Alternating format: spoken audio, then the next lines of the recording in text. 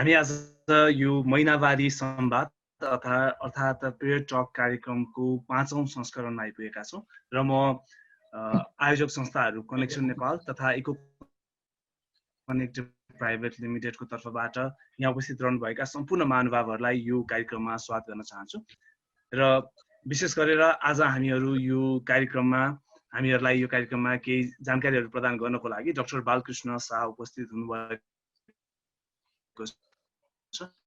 म सुरुमा हाम्रो आजको स्पिकर डाक्टर बालकृष्ण शाहलाई स्वागत गर्न चाहन्छु। डाक्टर शाह, र आजभन्दा अगाडि हामीले 4वटा सेसनहरू गरिसकेका छौँ महिनावारी संवादमा।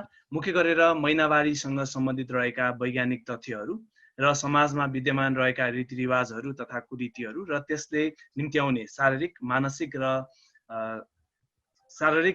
सामाजिक जति पनि असरहरू छन् ती असरहरूको बारेमा छलफल गर्दै यो समाजलाई मर्यादित महिनावारी व्यवस्थित समाज बनाउने एउटा लक्ष्यको साथमा हामीहरूले यो कार्यक्रम सुरुवात गरेका छौँ। कनेक्सन नेपाल र इको कनेक्ट प्राइभेट लिमिटेडले विगत 2 वर्षदेखि देशको विभिन्न भागमा गएर महिनावारीसँग सम्बन्धित कार्यक्रमहरू सञ्चालन गरिरहेका छौँ र त्यसकै निरन्तरताको रूपमा अहिलेको यो कोभिड-19 महामारीमा हामीहरूले विभिन्न सङ्घ संस्थाहरूसँगको सहयोगमा यो कार्यक्रम अगाडि बढाउँदैछौँ र म यो कार्यक्रमको लागि हामीसँग पार्टनरशिप गर्नुहुने rotary Club of Kathmandu, Rotary Club of Central Rupandehi, environment channel network, Rotary Club of Itahari, youth development centre, free will private limited, Rotary Club of Gaindakot, girls first campaign, Rotary Club of Chitwan, Rotary Club of Bharatpur height, Rotary Club of Kawasoti, rotary Club of Narayanghat, Rotary Club of Tilottama Devad र Rotary Club of Narayani मिटाउनलाई धेरै धेरै धन्यवाद दिन चाहन्छु। र जति पनि सहभागीहरू जोडिनु भएको छ, अहिलेसम्म हामीसँग 30 जना सहभागीहरू जोडिसक्नु भएको छ र सहभागीहरू जोडिने क्रम जारी नै रहनेछ भन्ने पनि अपेक्षा गर्दछु र म सम्पूर्ण साथीहरूलाई तपाईको माइक्रोफोन अफ गरिदिनु हुन र हाम्रो होस्ट लक्ष्मणजीले पनि सञ्चालन गर्नु भएको छ, म उहाँलाई पनि सबैजना साथीहरूको माइक्रोफोन अफ गरिदिनु हुनलाई पनि अनुरोध गर्न चाहन्छु र तपाईहरुसँग केही प्रश्नहरू छन् भने कृपया त्यो प्रश्नहरूलाई नोट गरिदिनु होला। हामी हाम्रो डाक्टर बालकृष्ण शाह सरको कुराकानी सुनिसके पछाडि तपाईहरुसँग आउनेछौँ र त्यो क्रममा हामीहरू तपाईहरुसँग बसेर तपाईहरुको समस्याहरू वा तपाईहरुको सल्लाह सुझावहरू लिनेछौँ। त्यसैले केही प्रश्न तथा जिज्ञासाहरू छन् भने त्यसलाई नोट गरिदिनु हुन म सम्पूर्ण सहभागीहरूलाई अनुरोध गर्न चाहन्छु। साथसाथै आजको यो कार्यक्रम हामी कनेक्सन नेपालको फेसबुकबाट फेसबुक लाइभ पनि गइरहेका छौँ। त्यो हिसाबले म सम्पूर्ण साथीहरूलाई, जतिजना साथीहरू फेसबुक लाइभमा जोडिनु भएको छ, यहाँहरूलाई पनि म हार्दिक स्वागत गर्न चाहन्छु र साथसाथै सम्पूर्ण हाम्रो 14वटा पार्टनर संस्थाको फेसबुकबाट पनि हामी यो कार्यक्रमलाई लाइभ गइरहेका छौँ। त्यसैले तपाईहरुको केही प्रश्नहरू छन् भने फेसबुक लाइभ मार्फत पनि तपाईले प्रश्नहरू राख्न सक्नुहुनेछ र त्यो प्रश्नहरूलाई हामी कार्यक्रममा समावेश गर्नेछौँ। यति भन्दै म सम्पूर्ण आयोजक संस्थाहरूको तर्फबाट र सम्पूर्ण पार्टनर संस्थाहरूको तर्फबाट यहाँहरू सबैजनालाई आजको यो कार्यक्रममा स्वागत गर्न चाहन्छु र ढिलो नगरिकन हामी आजको मुख्य कार्यक्रम अर्थात् आज हामी यो कार्यक्रम महिनावारी संवादको 5औं संस्करणमा आइपुग्दाखेरि महिनावारीसँग सम्बन्धित रहेका विभिन्न तथ्यहरूको बारेमा बुझ्ने जमर्को गर्दैछौँ र योभन्दा अगाडिको कार्यक्रममा पनि हामीले यस्तै खालको तथ्यहरूमा आधारित रहेर कुराकानीहरू गर्यौँ, जहाँ हामीहरूले विभिन्न व्यक्तिहरूको महिनावारीसँग सम्बन्धित स्टोरीहरू सुन्यौँ। त्यस्तै गरेर महिनावारीको बेलामा हामीले के कस्तो खालको न्युट्रिसनहरू खानुपर्छ, कस्तो खालको खानाहरू खानुपर्छ भन्ने विषयमा पनि कुराकानी गर्यौँ। त्यस्तै गरेर हामीले महिनावारीसँग सम्बन्धित रहेको र साइकोलोजिकल इम्प्याक्ट के पर्छ त महिनावारीको बेलामा त्योसँग कसरी जुझ्न सकिन्छ भन्ने विषयमा पनि कुराकानी गरिसकेका छौँ। र आज हामीसँग उपस्थित रहनुभएका स्पिकरबाट हामी मेन्स्ट्रुएसनसँग रिलेटेड रहेको बायोलोजी वा भनौँ महिनावारी कसरी हुन्छ, किन हुन्छ र त्यो हाम्रो शरीरलाई किन महत्त्वपूर्ण छ, महिलाहरूको शरीरमा महिनावारी हुनु भनेको के हो भन्ने जस्तो विषयमा रहेर कुराकानी गर्नेछौँ। र साथसाथै अहिलेको यो कोभिड-19 जस्तो पेन्डेमिकको बेलामा घरमा बस्नुभएका व्यक्तिहरूलाई महिनावारीसँग सम्बन्धित कसरी सुरक्षित महिनावारी गर्ने, कसरी स्वच्छता व्यवस्थापन गर्ने भन्ने विषयमा पनि हामी केन्द्रित रहनेछौँ। त्यसैले म छोटोमा आजको हाम्रो स्पिकर डाक्टर बालकृष्ण शाहको थोरै जानकारी दिन चाहन्छु। मसँग उहाँको सानो इन्ट्रोडक्सन अङ्ग्रेजीमा आएको छ, म त्यो भएर अङ्ग्रेजीमा नै यो इन्ट्रोडक्सनलाई प्रस्तुत गर्न चाहन्छु। Dr. Balkrishna Shah is an obstetrician and gynecologist by profession. He had been worked as a locum gynecologist in a health dictatorial office under Social Development Ministry of Province 1. He is also a part-time obstetrician and gynecologist in Morang Cooperative Hospital, Biratnagar. Beside this, Dr. Shah is actively involved in various social activities and is Women and Child Health Service Chief of Lines International, MD 325, District 325A1, Nepal. He is an author of a handbook of pathology and first aid's first edition in 2008 and second edition in 2010. He has been regularly publishing various health-related articles in major national newspapers, including Kantipur, Nagrik Delhi, the Himalayan Times, Nepal Samachar Patra, Saptaik Weekly, Nepal Weekly, Nari Monthly, and local papers. He is a columnist of Saptaik Weekly on female health since 2013. So, आजको हाम्रो speaker doctor Balkrishna Shah विभिन्न सङ्घ संस्थाहरूसँग यही क्षेत्रमा आबद्ध हुनुहुन्छ। मुख्य गरेर गाइनेकोलोजिस्टको रूपमा उहाँले विगत लामो समयदेखि विभिन्न अस्पतालहरूमा सेवा प्रदान गरिराख्नु भएको छ र त्यस्तै गरेर उहाँ एउटा समाजसेवी पनि हुनुहुन्छ र समाजसेवीको रूपमा उहाँले लायन्स क्लबसँग आबद्धता रहेर चार्टर प्रेसिडेन्टको रूपमा मैले उहाँको फेसबुकमा हेर्दाखेरि पनि विभिन्न समाजसेवाको कार्यमा उहाँ संलग्न हुनुहुन्छ र यस्तो व्यक्तित्वलाई आजको कार्यक्रममा स्पिकरको रूपमा पाउन पाउँदा हामी एकदमै खुसी पनि छौँ र आजको यो कार्यक्रमबाट हाम्रो सहभागीहरूले उहाँकोबाट धेरै ज्ञानहरू लिन सम्भव हुन्छौँ भन्ने अपेक्षा सहित म आजको स्पिकर डाक्टर बालकृष्ण शाहलाई अबको फ्लोर हस्तान्तरण गर्न चाहन्छु र उहाँसँगबाट हामी मेन्स्ट्रुएसनसँग रिलेटेड रहेको विभिन्न तथ्यहरू बुझ्ने जमर्को गर्नेछौँ। अबको समय म डाक्टर बालकृष्ण शाहलाई प्रयोग गर्न चाहन्छु। स्वागत छ सर र अबको समय हजुरलाई।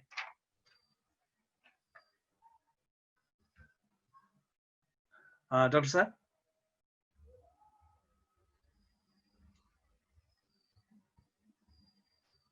हजुर हजुरको माइकलाई अनम्युट छ होला, त्यसलाई म्युट छ होला, अनम्युट गरिदिनु होला सर। म्युट छ होला, अनम्युट सरको अझै लक्ष्मणजी एकचोटि सरलाई रिक्वेस्ट पठाइदिनु पर्यो। ओके आयो हजुर सर। नमस्ते सुशीलजी र सम्पूर्ण आजको फेस यो जुन जुम मिटिङमा सहभागी हुनुभएका सम्पूर्ण आदरणीयहरू, विशेष गरी यो रोटरीले को इन्भाइटेसनमा जुन आज मलाई अवसर दिनुभएको त्यसको लागि चाहिँ आयोजक सबै क्लबहरू लगायत आयोजक पक्षका सबैलाई र सहभागी हुनुभएका सम्पूर्णलाई र अहिले फेसबुक लाइभमा चाहिँ जोडिनु भएका सम्पूर्ण सहभागीहरूलाई म नमस्कार गर्न चाहन्छु। र आजको टपिक्समा चाहिँ धेरै कुराहरू चाहिँ थाहा भएकै कुराहरूलाई अझ अलिकति गहिरिएर म भन्न सक्छु कि हुन त तपाईँहरू अहिले यसै क्षेत्रमा लामो समयदेखि इन्भल्भ हुनुहुन्छ र लामो समयदेखि तपाईँ अघि मैले चाहिँ यो प्रोग्राम सुरु हुनुभन्दा अगाडिको जुन भिडियो स्क्रिनमा पनि हेरेँ लामो समयदेखि यही क्षेत्रमा सेवा पनि गर्दै हुनुहुन्छ। त्यस कारणले गर्दाखेरि मेन्स्ट्रुएसनको बारेमा पक्कै पनि धेरै कुराहरू बुझ्नु भएको छ र त्यो बुझाइमा म पनि अलिकति चाहिँ अझै थप्न पाउँछु कि भन्ने आशा राखेर म मेन्स्ट्रुएसनकै बारेमा चाहिँ र मेन्स्ट्रुएसनको बायोलोजिकल एस्पेक्टलाई चाहिँ विशेष गरी चाहिँ म फोकस गर्न खोज्दैछु। र यो मेन्स्ट्रुएसन भनेको चाहिँ एकदमै चाहिँ बायोलोजिकल प्रोसेस हो र यो बायोलोजिकल प्रोसेसमा चाहिँ यो एउटा साइन होस् चाहिँ जसले चाहिँ के देखाउँछ भन्दाखेरि कुनै पनि फिमेलहरुमा चाहिँ मेन्स्ट्रुएसन भइरहेछ, रेगुलर छ, मेन्स्ट्रुएसन भने त्यसले चाहिँ ती फिमेलहरु चाहिँ ओभुलेसन पनि गरिरहेछ, अण्डा उत्पादन गरिरहेछ र फर्टिलिटीको लागि एक्टिभ छ भन्ने कुरा चाहिँ यो एउटा चाहिँ देखाउने एउटा साइन पनि हो। र यसलाई चाहिँ हामी ओभुलेसन स्टेटमेन्ट के छ उसको जब चाहिँ कुनै फिमेलहरु चाहिँ इन्फर्टिलिटी, कुनै कपल्सहरु चाहिँ इन्फर्टिलिटीको प्रब्लम लिएर आउँछ भने उसको ओभुलेसन भएको छ कि छैन भन्ने कुरा एसेस गर्ने आधार पनि मेन्स्ट्रुएसन नै हो। त्यसकारणले गर्दाखेरि मेन्स्ट्रुएसन चाहिँ एकदमै प्रत्यक्ष रूपमा रिप्रोडक्सनसँग जोडिएको छ र रिप्रोडक्सनको नै विशेष ओभुलेसनसँग जोडिएको छ र जुन ओभुलेसन बिना चाहिँ हाम्रो सन्तति, हाम्रो चाहिँ सिरियलिटी, हाम्रो लाइफ, हाम्रो चाहिँ के भन्छन् त्यसलाई वंश चाहिँ चल्दैन। त्यसकारणले गर्दाखेरि यो एकदमै बायोलोजिकल कुरा छ र यो एकदमै नेचुरल कुरा छ। जसरी हामीले चाहिँ हाम्रो युरिन बन्छ, जसरी हाम्रो स्टुल बन्छ हैन, हामी दिशा गर्छौं, पिसाब गर्छौं, खाना खान्छौं, हामी सुत्नुपर्छ, हामी उठ्छौं, हामी डे टु डे एक्टिभिटी गर्छौं, त्यसरी नै जसरी मुटु धड्किन्छ, फोक्सोले चाहिँ एक्सपान्ड हुन्छ, हामीले सास लिन्छौं अनि खुम्चिन्छ, हामी सास फेर्छौं, त्यसरी नै जसरी कानले सुन्छ त्यसरी नै अण्डाशयले अण्डा उत्पादन गर्छ अनि पाठेघरको भित्री तहले चाहिँ त्यो उत्पादन भएको अन्डा यदि फर्टिलाइज भयो भने त्यसमा चाहिँ निषेधन भयो, फर्टिलाइजेसन भयो भने त्यसलाई रिसिभ हुनलाई रेडी हुन्छ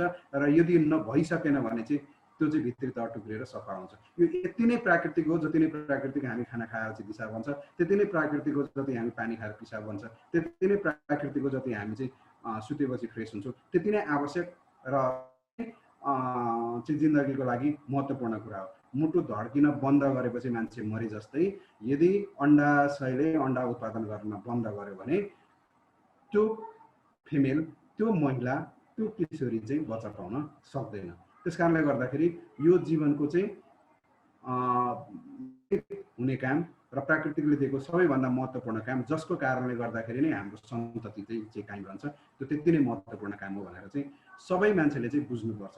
त्यस कारणले गर्दाखेरि अघि जुन स्क्रोलमा भने जस्तो महिनावारी चाहिँ दोष होइन, महिनावारी चाहिँ नराम्रो कुरा होइन भनेर हामीले बुझ्नुपर्छ। अब यसको यो किन, कहिले, कसरी हुन्छ भन्ने कुरा छ। महिनावारी चाहिँ कुनै कुनै बच्चा जन्मिने बित्तिकै पनि चाहिँ भजाइनाबाट, योनि मार्गबाट रगत गएको हुनसक्छ, तर त्यो चाहिँ के हो भन्दाखेरि त्यो चाहिँ विड्रल ब्लिडिङ भन्छौँ। त्यो चाहिँ आमाको इस्ट्रोजेन पाइएको थियो र आमाको इस्ट्रोजेन चाहिँ नपाएपछि चाहिँ ब्लिडिङ भएको हो भनेर मात्रै हो। तर रियल महिनावारी चाहिँ सुरु हुने भनेको चाहिँ परिपक्व भइसकेपछि, युजली चाहिँ त्यो चाहिँ एडोलेसेन्स फेजमा गइसकेपछि 13-14 वर्षकोमा हुन्छ, तर कसैलाई अगाडि पनि हुनसक्छ र कसैलाई चाहिँ अलिकति ढिलो पनि हुनसक्छ।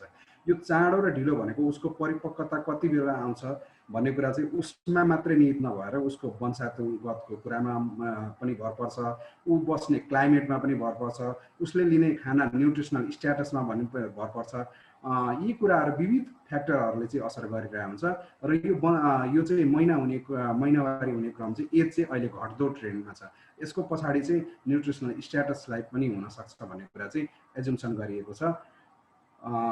र यो परिपक्व भइसकेपछि हुन्छ के त भन्दाखेरि हाइपोथ्यालेमस जुन चाहिँ हाम्रो चाहिँ मस्तिष्कमा रहेको हुन्छ, ब्रेनको पछाडि रहेको हुन्छ, त्यो हाइपोथ्यालेमस भनेको त्यसको चाहिँ विभिन्न कामहरू छ। ती काममध्ये एउटा काम के भन्दाखेरि त्यसले इन्डोक्राइन, यो अर्थात् एउटा ग्ल्यान्डको काम, एउटा ग्रन्थीको काम पनि गर्छ र त्यो इन्डोक्राइनले चाहिँ के गर्छ भने गोनाडोट्रोफिन रिलिजिङ हर्मोन, यहाँ नाम सम्झिन अलिकति गाह्रो हुनसक्छ, नन टेक्निकल, तर एक किसिमको हर्मोन उत्पादन गर्छ भनेर मात्रै सम्झिनु भए पनि पुग्छ।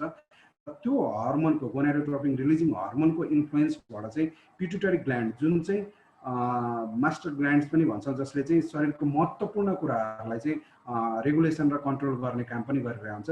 पिट्युटरी ग्ल्यान्डको एन्टेरियर लोब, त्यसको एन्टेरियर र पोस्टेरियर दुईटा लोब हुन्छ मान्छेमा, अरूमा चाहिँ 3टा पनि भनिएको छ, तर ह्युमन बिङ्समा चाहिँ एन्टेरियर र पोस्टेरियर गरेर अगाडि र पछाडिको दुईटा लोब्सहरू हुन्छ। त्यसको एन्टेरियर लोबबाट चाहिँ गोनाडोट्रोफिन्स अर्थात् मान्छेमा चाहिँ गोनाड्स बनाउने अर्थात् चाहिँ यौन अङ्ग बनाउने, यौन ग्रन्थीहरू बनाउने जुन गोनाडोट्रोफिन्स हुन्छ, त्यो गोनाडोट्रोफिन्सको उत्पादन गर्ने हुन्छ र गोनाडोट्रोफिन्समा चाहिँ एन्टेरियर लोब अफ पिट्युटरी ग्ल्यान्डले चाहिँ फोलिकुलर स्टिमुलेटिङ हर्मोन र ल्युटिनाइजिङ हर्मोन गरेर दुई किसिमको हर्मोन उत्पादन गर्छ। सुरुमा चाहिँ एफएसएच भन्छौँ हामी, फोलिकुलर स्टिमुलेटिङ हर्मोन उत्पादन गर्छ र त्यसपछि गएर चाहिँ एलएच भन्छौँ हामी, ल्युटिनाइजिङ हर्मोन। यो चाहिँ रिदमिक रूपमा चाहिँ उत्पादन गर्ने हुन्छ र त्यही फोलिकुलर स्टिमुलेटिङ हर्मोनको इन्फ्लुएन्समा जुन चाहिँ एन्टेरियर लोब अफ पिट्युटरी अर्थात् टाउकोमा होइन, क्रेनियल क्याभिटीबाट उत्पादन भएको र यो इन्डोक्राइनहरू भनेको चाहिँ पाइप बिनाको डक्टलेस ग्ल्यान्ड्सहरू हो, जो यसको उत्पादन चाहिँ सिधै ब्लडमा जान्छ र ब्लडको माध्यममा शरीरको विभिन्न ठाउँमा पुग्छ, तर जहाँ चाहिँ यसको टार्गेट अर्ग्यान हुन्छ त्यहाँ मात्रै यसको रिसेप्टर हुन्छ र त्यहाँ मात्रै यसले काम गर्न सक्छ। र त्यो एफएसएचले चाहिँ के गर्छ भन्दाखेरि दुईटा काम गर्छ।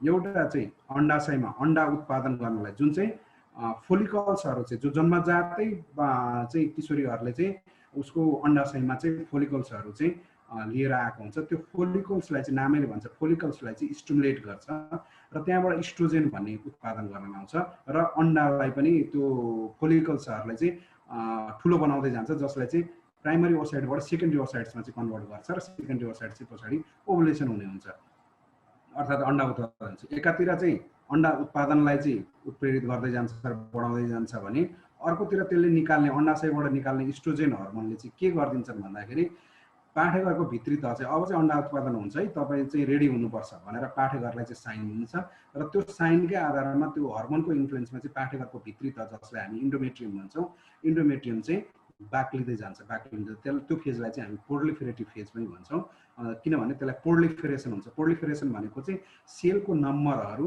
र साइजहरू चाहिँ बढ्दै जान्छ भित्री तहको, र त्यो चाहिँ किन भएको भन्दाखेरि त्यो चाहिँ अब अन्डा उत्पादन हुन्छ, त्यसपछि अन्डा फर्टिलाइज हुन्छ, फर्टिलाइज भएपछि पाठेघरमा आएर चाहिँ 9 महिना कम्प्लिट गर्छ भन्ने चाहिँ एउटा चाहिँ पाथवे छ, एउटा चाहिँ हाम्रो नेचुरल पाथवे छ। त्यसको लागि चाहिँ अब रेडी त हुनुपर्छ होइन भनेर चाहिँ पाठेघरलाई चाहिँ वास्तवमा रेडी गर्दै गरेको।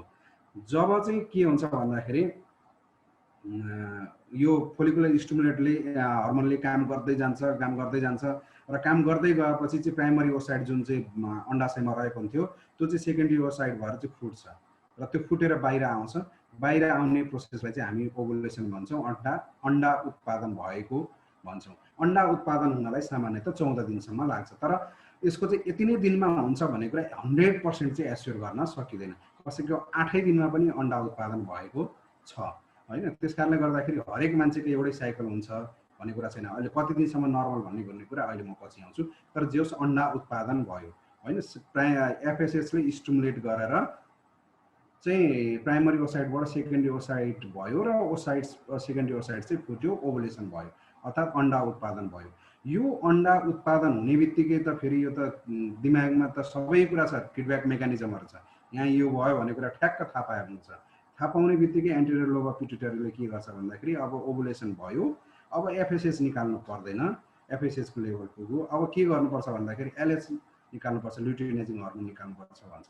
अनि ल्युटिनाइजिङ हर्मोन निकाल्ने बित्तिकै के गर्छ भन्दाखेरि त्यो ल्युटिनाइजिङ हर्मोनको इन्फ्लुएन्समा चाहिँ प्रोजेस्टेरोन सेक्रेसन हुन थाल्छ ओभुलेसनबाट, र ओभुलेसनबाट प्रोजेस्टेरोन सेक्रेसन हुन थालिसकेपछि प्रोलिफेरेटिभ फेजमा रहेको युटेरस जुन चाहिँ बढ्दै थियो त्यो फेज त्यसलाई चाहिँ के गरिदिन्छ त प्रोजेस्टेरोनले झन् त्यसलाई चाहिँ बढाउँछ र ऱ्यापिड रूपमा गराउँछ, जस कारणले गर्दाखेरि त्यसलाई र सेक्रेसन गर्न योग्य बनाउँछ। अर्थात् त्यो क्यापिलरिजहरू जुन छ जसले चाहिँ यदि नर्मल हुँदै थियो भने त्यसले चाहिँ प्लासेन्टाको रूप लिने हुन्छ र ब्लड सर्कुलेसन गर्नलाई रेडी हुन्छ, जुन ब्लड क्यापिलरिजहरू भिलाइजहरू बन्ने हुन्छ त्यसलाई चाहिँ झन् ऱ्यापिड गरिदिन्छ र त्यो फेजलाई चाहिँ हामी सेक्रेटरी फेज भन्छौँ।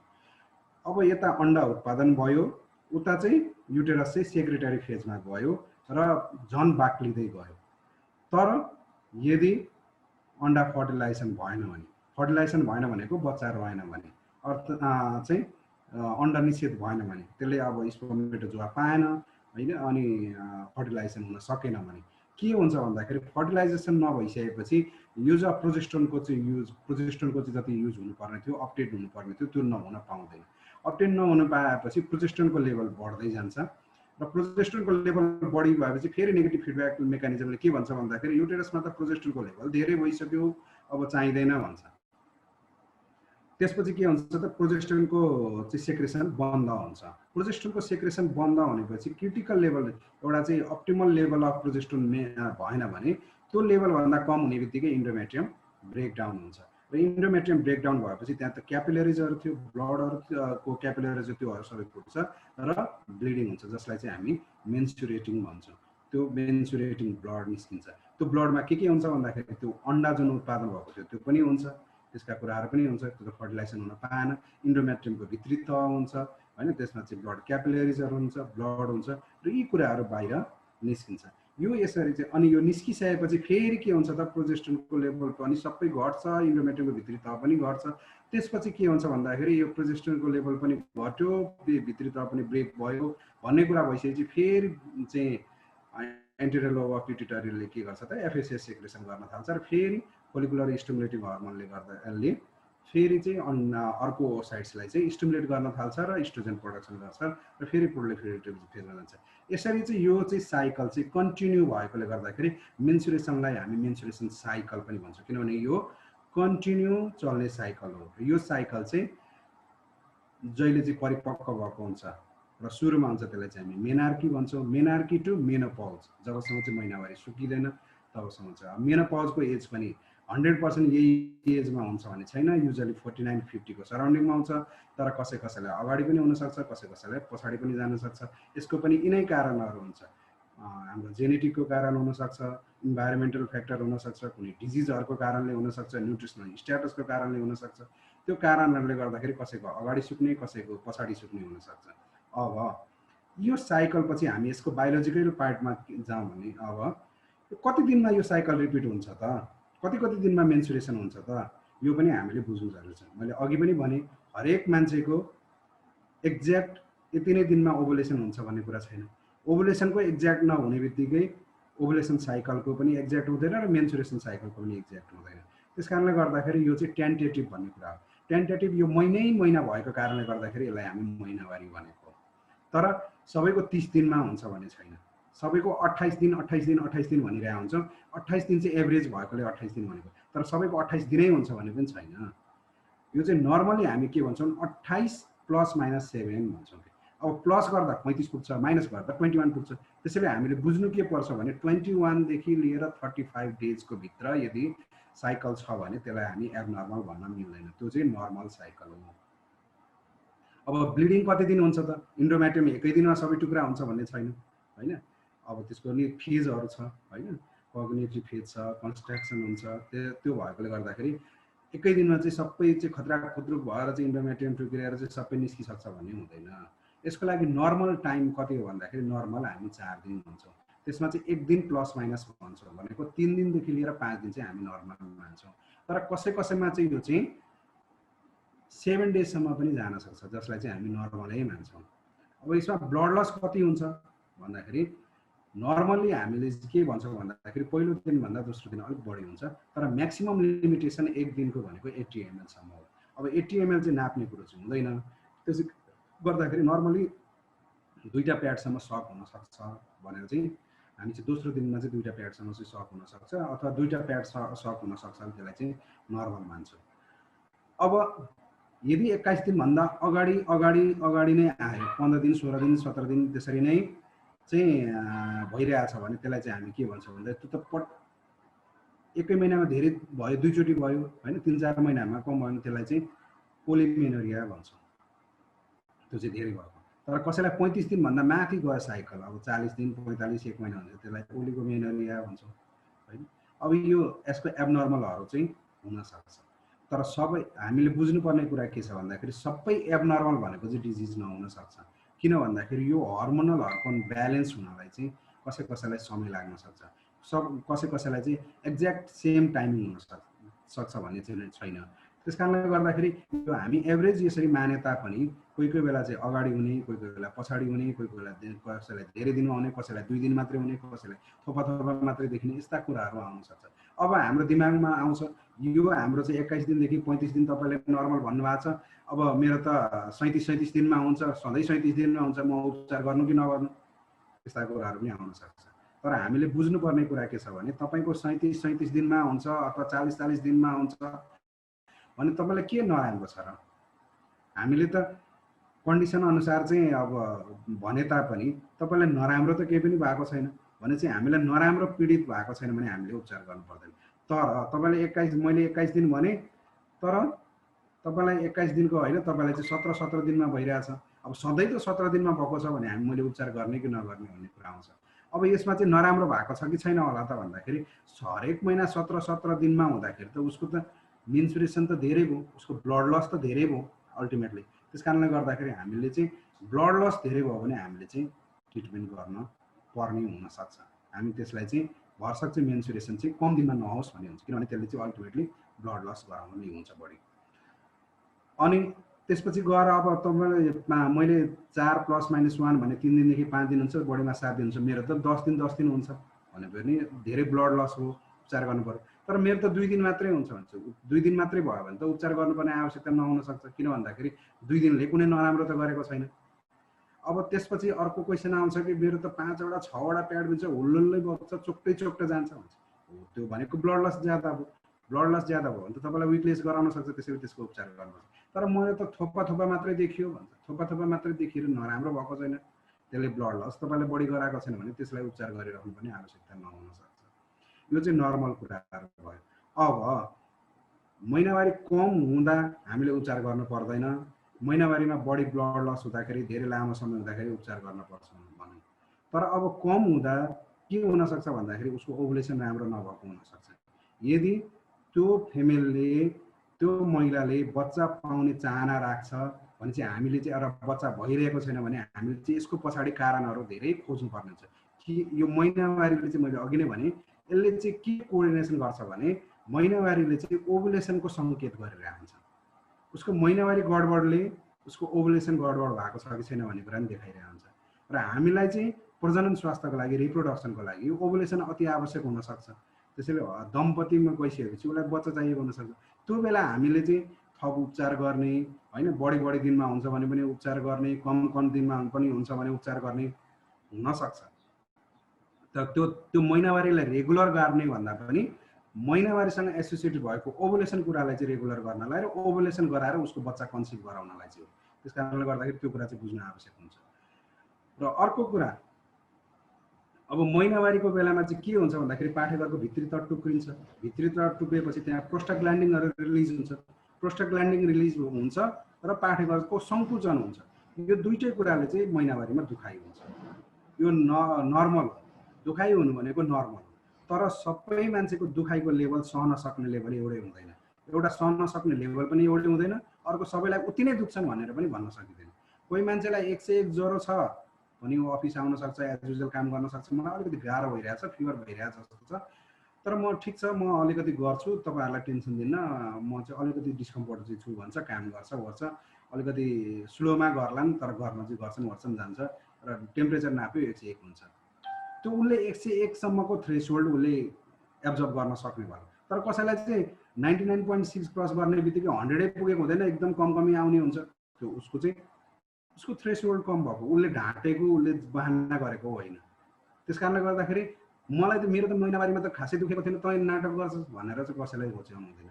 उसको थ्रेसहोल्ड कम हुनसक्छ, उसले थोरै दुखाइ नसहेको पनि हुनसक्छ। र अर्को कुरा, उसलाई जति दुखेको थियो त्यति नै उसलाई नै दुख्छ भन्ने छैन, उसमा बढी प्रोस्टाग्ल्यान्डिन रिलिज भएको पनि हुनसक्छ, दुखाइको लेभल पनि फरक हुनसक्छ।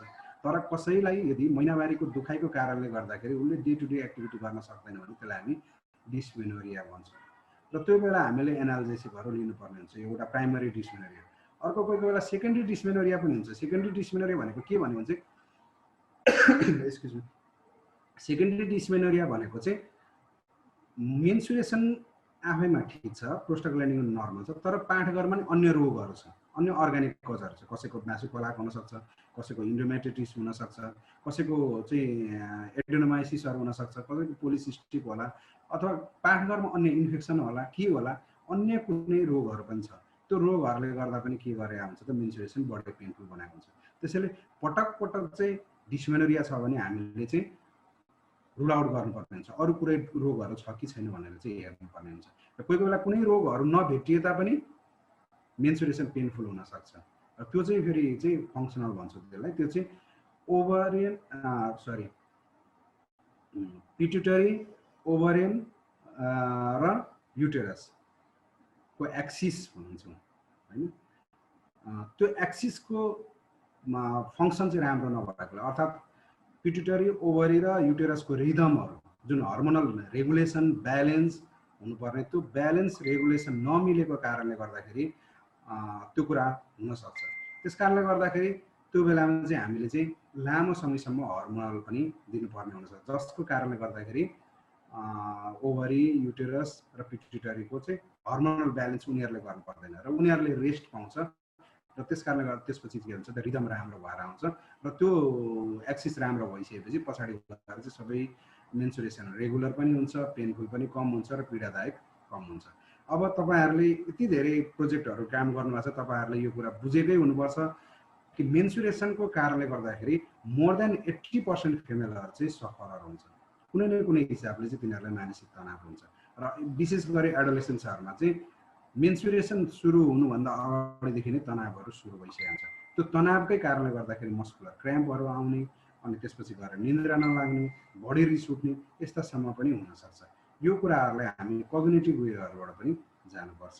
र त्यसबाहेक अघि तपाईँहरूले ल्याएकै कुरा, न्युजहरूको कुरा, सोसियलको कुराहरू होइन, सोसियल एभोइडेन्सका कुराहरू, यी कुराहरूले पनि नराम्रो तरिकाले चाहिँ हाम्रो दिमागमा असर गरेको हुन्छ र यो दिमागमा असर हुने सबै कुराले चाहिँ हाम्रो हर्मोनल रेगुलेसनमा असर गर्न सक्छ। त्यस कारणले गर्दाखेरि थाइरोइडको प्रब्लम छ, मेन्सुरेसन डिसअर्डर हुनसक्छ, होइन एन्ड्रोजेनको प्रब्लम छ, मेन्सुरेसन डिसअर्डर हुनसक्छ, डायबिटिज छ, मेन्सुरेसन डिसअर्डर हुनसक्छ। त्यसमा दिमागमा मानसिक तनाव छ, मेन्सुरेसन डिसअर्डर हुनसक्छ, अन्डर न्युट्रिसन छ अथवा ओभर न्युट्रिसन छ, मोटोपन छ, ओबिसिटी छ, होइन क्रोनिक डिजिज छ, मेन्सुरेसन डिसअर्डर। यो दिमागका कुरा, फिजिकल कुरा, यी कुराहरूले पनि मेन्सुरेसनलाई चाहिँ अब्स्ट्रक्ट गर्न सक्छ, ह्याम्पर गर्न सक्छ, इरेगुलर गर्न सक्छ, पेनफुल बनाउन सक्छ। त्यस कारणले गर्दाखेरि फिजिकल्ली र मेन्टल्ली र इभन सोसली, किनभने अप्रत्यक्ष रूपमा त सोसियल कुरा, इकोनोमिक कुराहरूले पनि यी कुराहरूलाई असर गरिरहन्छ। त्यसले यी सबै कुरा चाहिँ कता न कता चाहिँ मेन्सुरेसनसँग ठोकिरहेको हुन्छ, होइन। यी कुराहरू चाहिँ मैले बायोलोजिकल एस्पेक्टबाट मैले कुराहरू ल्याएँ होला। अब तपाईँहरूले चाहिँ अझै यसमा चाहिँ अरू जान्न खोजेको कुराहरू चाहिँ ल्याइदिनु भयो भने मलाई चाहिँ भन्न सजिलो हुन्थ्यो। म चाहिँ होस्टलाई चाहिँ अहिलेसम्म के क्वेसनहरू आएको छ, यो क्वेसनहरू चाहिँ सर मलाई भनिदिनु भयो भने यो कुराहरूमा चाहिँ के अझै मबाट चाहिँ केही कुराहरू चाहिँ छ भने मैले लगभग चाहिँ धेरै कुरा ल्याए जस्तो लाग्यो। प्लिज सुशीलजी।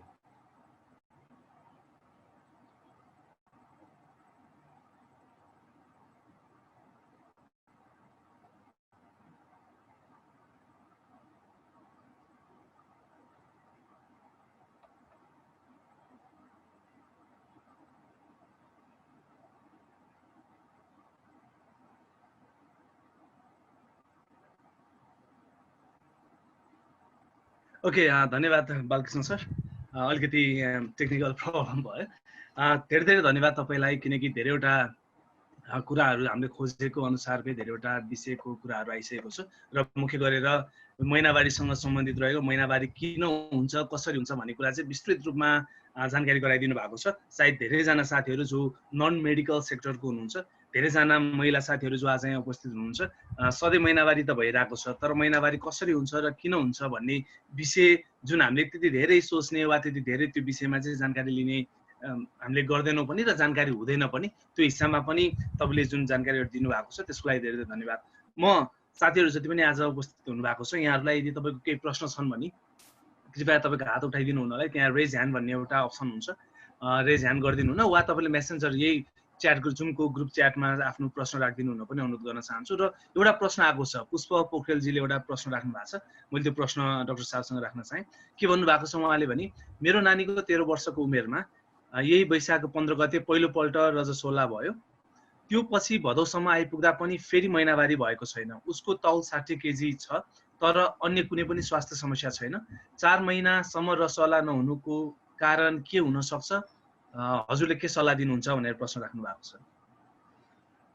धन्यवाद। यो यो यो यस्तो क्वेसन चाहिँ धेरैजनालाई हुनसक्छ। यो तपाईँलाई व्यक्तिगत भए तापनि यो क्वेसनबाट चाहिँ म धेरैजनालाई सम्बोधन गर्न कोसिस गरेँ। यो किशोरी अवस्थामा मैले अघि अलिकति छुटछुटी भनेको थिएँ, तर डिटेलमा भन्न सकिनँ होला, तर तपाईँको क्वेसनले अब चाहिँ डिटेल गर्छु। किशोर अवस्था मैले अघि नै भने पिट्युटरी, ओभरियन र युटेरसको एक्सिस जुन हुन्छ, त्यो एक्सिस चाहिँ राम्रो रिदम बनिसकेको हुँदैन, जस कारणले गर्दाखेरि एकचोटि महिनावारी भयो, त्यसपछि 1-2 महिना होइन कि 1-1.5 वर्षसम्म पनि हराउने गरेको हुन्छ। र त्यो हराउनलाई चाहिँ हामीले चाहिँ नर्मली मान्नुपर्छ, त्यसको लागि चाहिँ आत्तिनु पर्दैन। तर त्यो चाहिँ पछाडि आफै नेचुरली रूपमै फेरि महिनावारी हुन थाल्छ र रेगुलर हुन्छ। तर त्यो महिनावारी नहुँदा पनि कोही कोही बेला चाहिँ ओभुलेसन भइरहेको पनि देखिएको छ। त्यस कारणले गर्दाखेरि त्यो बेला चाहिँ अनसेफ सेक्सुअल कन्ट्याक्ट भयो भने चाहिँ बच्चा रहन सक्छ। यो कुरामा चाहिँ ध्यान दिनुपर्छ। तर महिनावारी नभएको कारणले चाहिँ आत्तिनुपर्छ र तपाईँ जुन तनाव लिनुभएको छ त्यो चाहिँ तनाव नलिदिनु होला। महिनावारी नभएर केही पनि हुँदैन। कतिलाई चाहिँ के लाग्छ भने यो महिनावारी नभएकोले गर्दाखेरि भित्रभित्रै मेरो छोरीको चाहिँ रगत चाहिँ भित्रभित्रै रहेर पछाडि नराम्रो क्यान्सर हुने हो कि, अथवा कतिलाई त यतिसम्म लाग्छ कि यो महिनावारी नभएको कारणले गर्दाखेरि उनले पछाडि बिहे गरेर पठाएपछि बच्चा नरहने हो कि भन्ने तनाव पनि हुनसक्छ। तर त्यस्तो किसिमको कुनै तनाव नलिदिनु होला। किन भन्दाखेरि यो चाहिँ एडोलेसेन्स फेजमा चाहिँ हर्मोनल ब्यालेन्स जुन छ पिट्युटरी र ओभरी र युटेरसको यो जुन अघि मैले भने पिट्युटरी ग्ल्यान्डबाट चाहिँ गोनाडोट्रोफिन्सहरू फोलिकुलर स्टिमुलेटिङ हर्मोन र लुटिनाइजिन निस्किनुपर्छ, त्यसपछि गएर ओभरीबाट हिस्ट्रोजेन र प्रोजेस्टेरोन निस्किनुपर्छ, अनि मात्र युटेरसको चाहिँ जुन इन्डोमेट्रियल साइकल हुन्छन् जुन चाहिँ इन्डोमेट्रियम बन्ने र टुक्रिने हुन्छ त्यो अनि मात्रै बन्ने भएको कारणले गर्दाखेरि यो हर्मोनको रेगुलेसन नभएकोले गर्दाखेरि उसको अङ्ग बन्यो होइन, एकचोटि चाहिँ हर्मोनको उत्पादन पनि भयो, एकचोटि इन्डोमेट्रियम पनि बन्यो, तर त्यो लेभलको चाहिँ हर्मोनको ब्यालेन्स क्रिएसन नभएको कारणले गर्दाखेरि त्यो रोकिएको हो। यसबाट चाहिँ धेरै ठुलो तनाव लिनु हुँदैन, तर 15 वर्षमै 60 केजी पुग्नुलाई चाहिँ अलिकति तनाव त्यतातिर पो लिनुपर्छ कि त्यसलाई चाहिँ अलिकति ध्यान दिनु होला। यता हाम्रो साइडबाट चाहिँ खासै तनाव लिनु पर्दैन। सुजी, प्रश्नको लागि धन्यवाद। धन्यवाद सर। हामीसँग केही साथीहरूले प्रश्न राख्न चाहनु भएको छ। म हाम्रो होस्ट लक्ष्मणजीलाई उहाँहरूलाई माइक्रोफोन अन गरिदिन रिक्वेस्ट गर्न चाहन्छु। जस्तो सुरुमा अञ्जल खड्काजीले केही प्रश्न छ भन्नुभएको छ, म अञ्जलजीलाई आफ्नो प्रश्न राखिदिनु हुन अनुरोध गर्दछु। त्यस्तै त्यस पछाडि प्रजिता सुवेदीजीले र लायन सृजत दाहाल उहाँहरूले पनि प्रश्नको लागि भन्नुभएको छ र केही यहाँ प्रश्नहरू च्याट बक्समा आएको छ। पहिला म उहाँहरूलाई चाहिँ जो साथीहरूले ह्यान्ड रेज गर्नुभएको छ उहाँलाई प्रश्न राख्न अनुरोध गर्दछु। अञ्जल खड्काजी।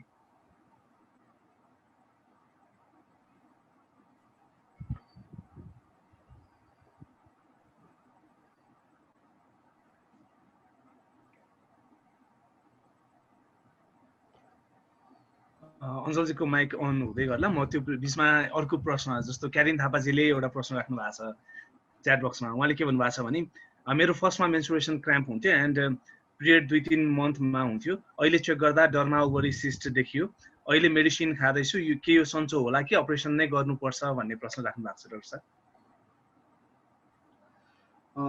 यो ओभरीमा चाहिँ 2-3 किसिमको अथवा सिस्ट त धेरै हुन्छ, तर कमनली चाहिँ हामीले कुरा गर्दाखेरि एउटा चाहिँ एडेनेक्सल सिस्ट अथवा फङ्सनल सिस्ट भन्ने हुन्छ, जुन चाहिँ सामान्यतः हामीले चाहिँ औषधिबाट अथवा औषधि नखाए पनि मेन्सुरेसनलाई चाहिँ नियमित बनायो भने त्यो जान्छ। तर तपाईँले जुन कोड गर्नुभएको थियो डर्मोइड सिस्टको युजली चाहिँ हाम्रो एलोपेथिकमा, अब अहिले चाहिँ एलोपेथिक मात्रै कुरा गर्दाखेरि फेरि आयुर्वेदिक र होमियोपेथिक अन्य उपचारका पद्धतिहरू पनि छन्, त्यतातिर चाहिँ मेरो नलेज छैन, त्यसको कारणले गर्दाखेरि त्यता। तर हाम्रो एलोपेथिकमा डर्मोइड सिस्टलाई नै औषधिले चाहिँ जाने सम्भावना एकदमै न्यून छ, सम्भवतः जाँदैन। त्यसको लागि चाहिँ सर्जरी गर्नुपर्ने हुन्छ। हाम्रो एलोपेथिकमा चाहिँ शरीरको मासु जहाँ पलाए पनि हामीले निकाल्ने नै हो त्यसलाई, चाहे त्यो बाहिर होस् चाहे भित्र होस्। त्यसैले डर्मोइड सिस्टलाई चाहिँ हामीले ओटी नै गर्नुपर्ने हुन्छ। तर पहिलेको जस्तो ट्रेडिसनल ओटी छैन अहिले चाहिँ ल्याप्रोस्कोपिक गरेर तपाईँको सिस्ट मात्रै निकाल्न पनि सकिन्छ। त्यो अलिकति प्रविधिहरू चाहिँ त्यस्तो आइसकेको छ। पहिला चाहिँ हामीले चाहिँ डर्मोइड सिस्ट निकाल्दाखेरि ओभरीलाई बचाउन नसक्ने अवस्थामा हुन्थ्यो, ओपेन गर्नु पर्थ्यो र ओभरी नै निकाल्नुपर्ने अवस्था हुन्थ्यो भने अहिले चाहिँ डर्मोइड सिस्ट मात्रै ल्याप्रोस्कोपिक पद्धतिबाट सिस्ट मात्रै पनि निकाल्न सकिन्छ। त्यसैले तपाईँ जुन ठाउँमा हुनुहुन्छ त्यहाँको लोकल गाइनोकोलोजिस्टलाई चाहिँ कन्सल्ट गरेर ल्याप्रोस्कोपिक माध्यमबाट चाहिँ तपाईँले चाहिँ डर्मोइड सिस्ट मात्रै पनि निकाल्न सक्नुहुन्छ। होइन त्यो प्रविधि चाहिँ तपाईँलाई झन्झटिलो लाग्यो, गाह्रो भयो भने तपाईँले ओपेन गरेर चाहिँ डर्मोइड सिस्ट निकाल्न सक्नुहुन्छ। र यो त्यस्तो ठुलो सर्जरी होइन, मेजर सर्जरी भए तापनि आधा घन्टा 45 मिनट, बडीमा 1 घन्टामा सकिने अपरेसन हो, त्यस्तो धेरै हात दिनु पर्दैन। र यो सकिन्छ भने यो औषधिको लडमा चाहिँ नबसिएर ओटी समय मिलाएर ओटी गरेकै राम्रो। हस्, धन्यवाद डाक्टर साहब। म अञ्जल खड्काजीलाई आफ्नो प्रश्न राखिदिनु। Hello everyone. डाक्टर, मेरो चाहिँ क्वेसन के छ भने यो जस्तो कि अब मेन्स्ट्रुएसन प्रोसेसहरू फिमेलहरूमा जुन हुन्छ नि, यो हामी ह्युमन बिङमा मात्रै किन हुन्छ र के भन्छ एनिमल्सहरूमा, जस्तो कि एनिमल्सहरूमा चाहिँ एलिफेन्ट र कुनै स्पेसिस अफ ब्याटमा मात्रै देखिन्छ, तर फर्टिलाइजेसन त एनिमलहरूमा पनि हुन्छ नि त। एनिमलहरूमा चाहिँ किन मेन्स्ट्रुएसन प्रोसेस हुँदैन र यो के कारणले हो यो भनिदिनु न।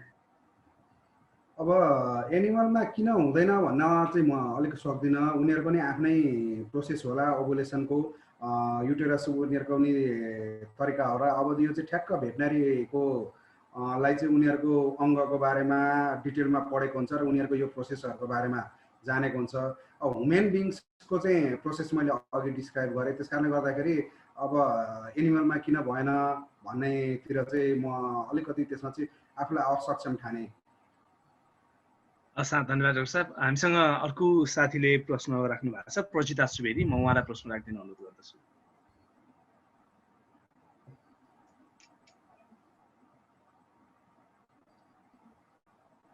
प्रजिता जी,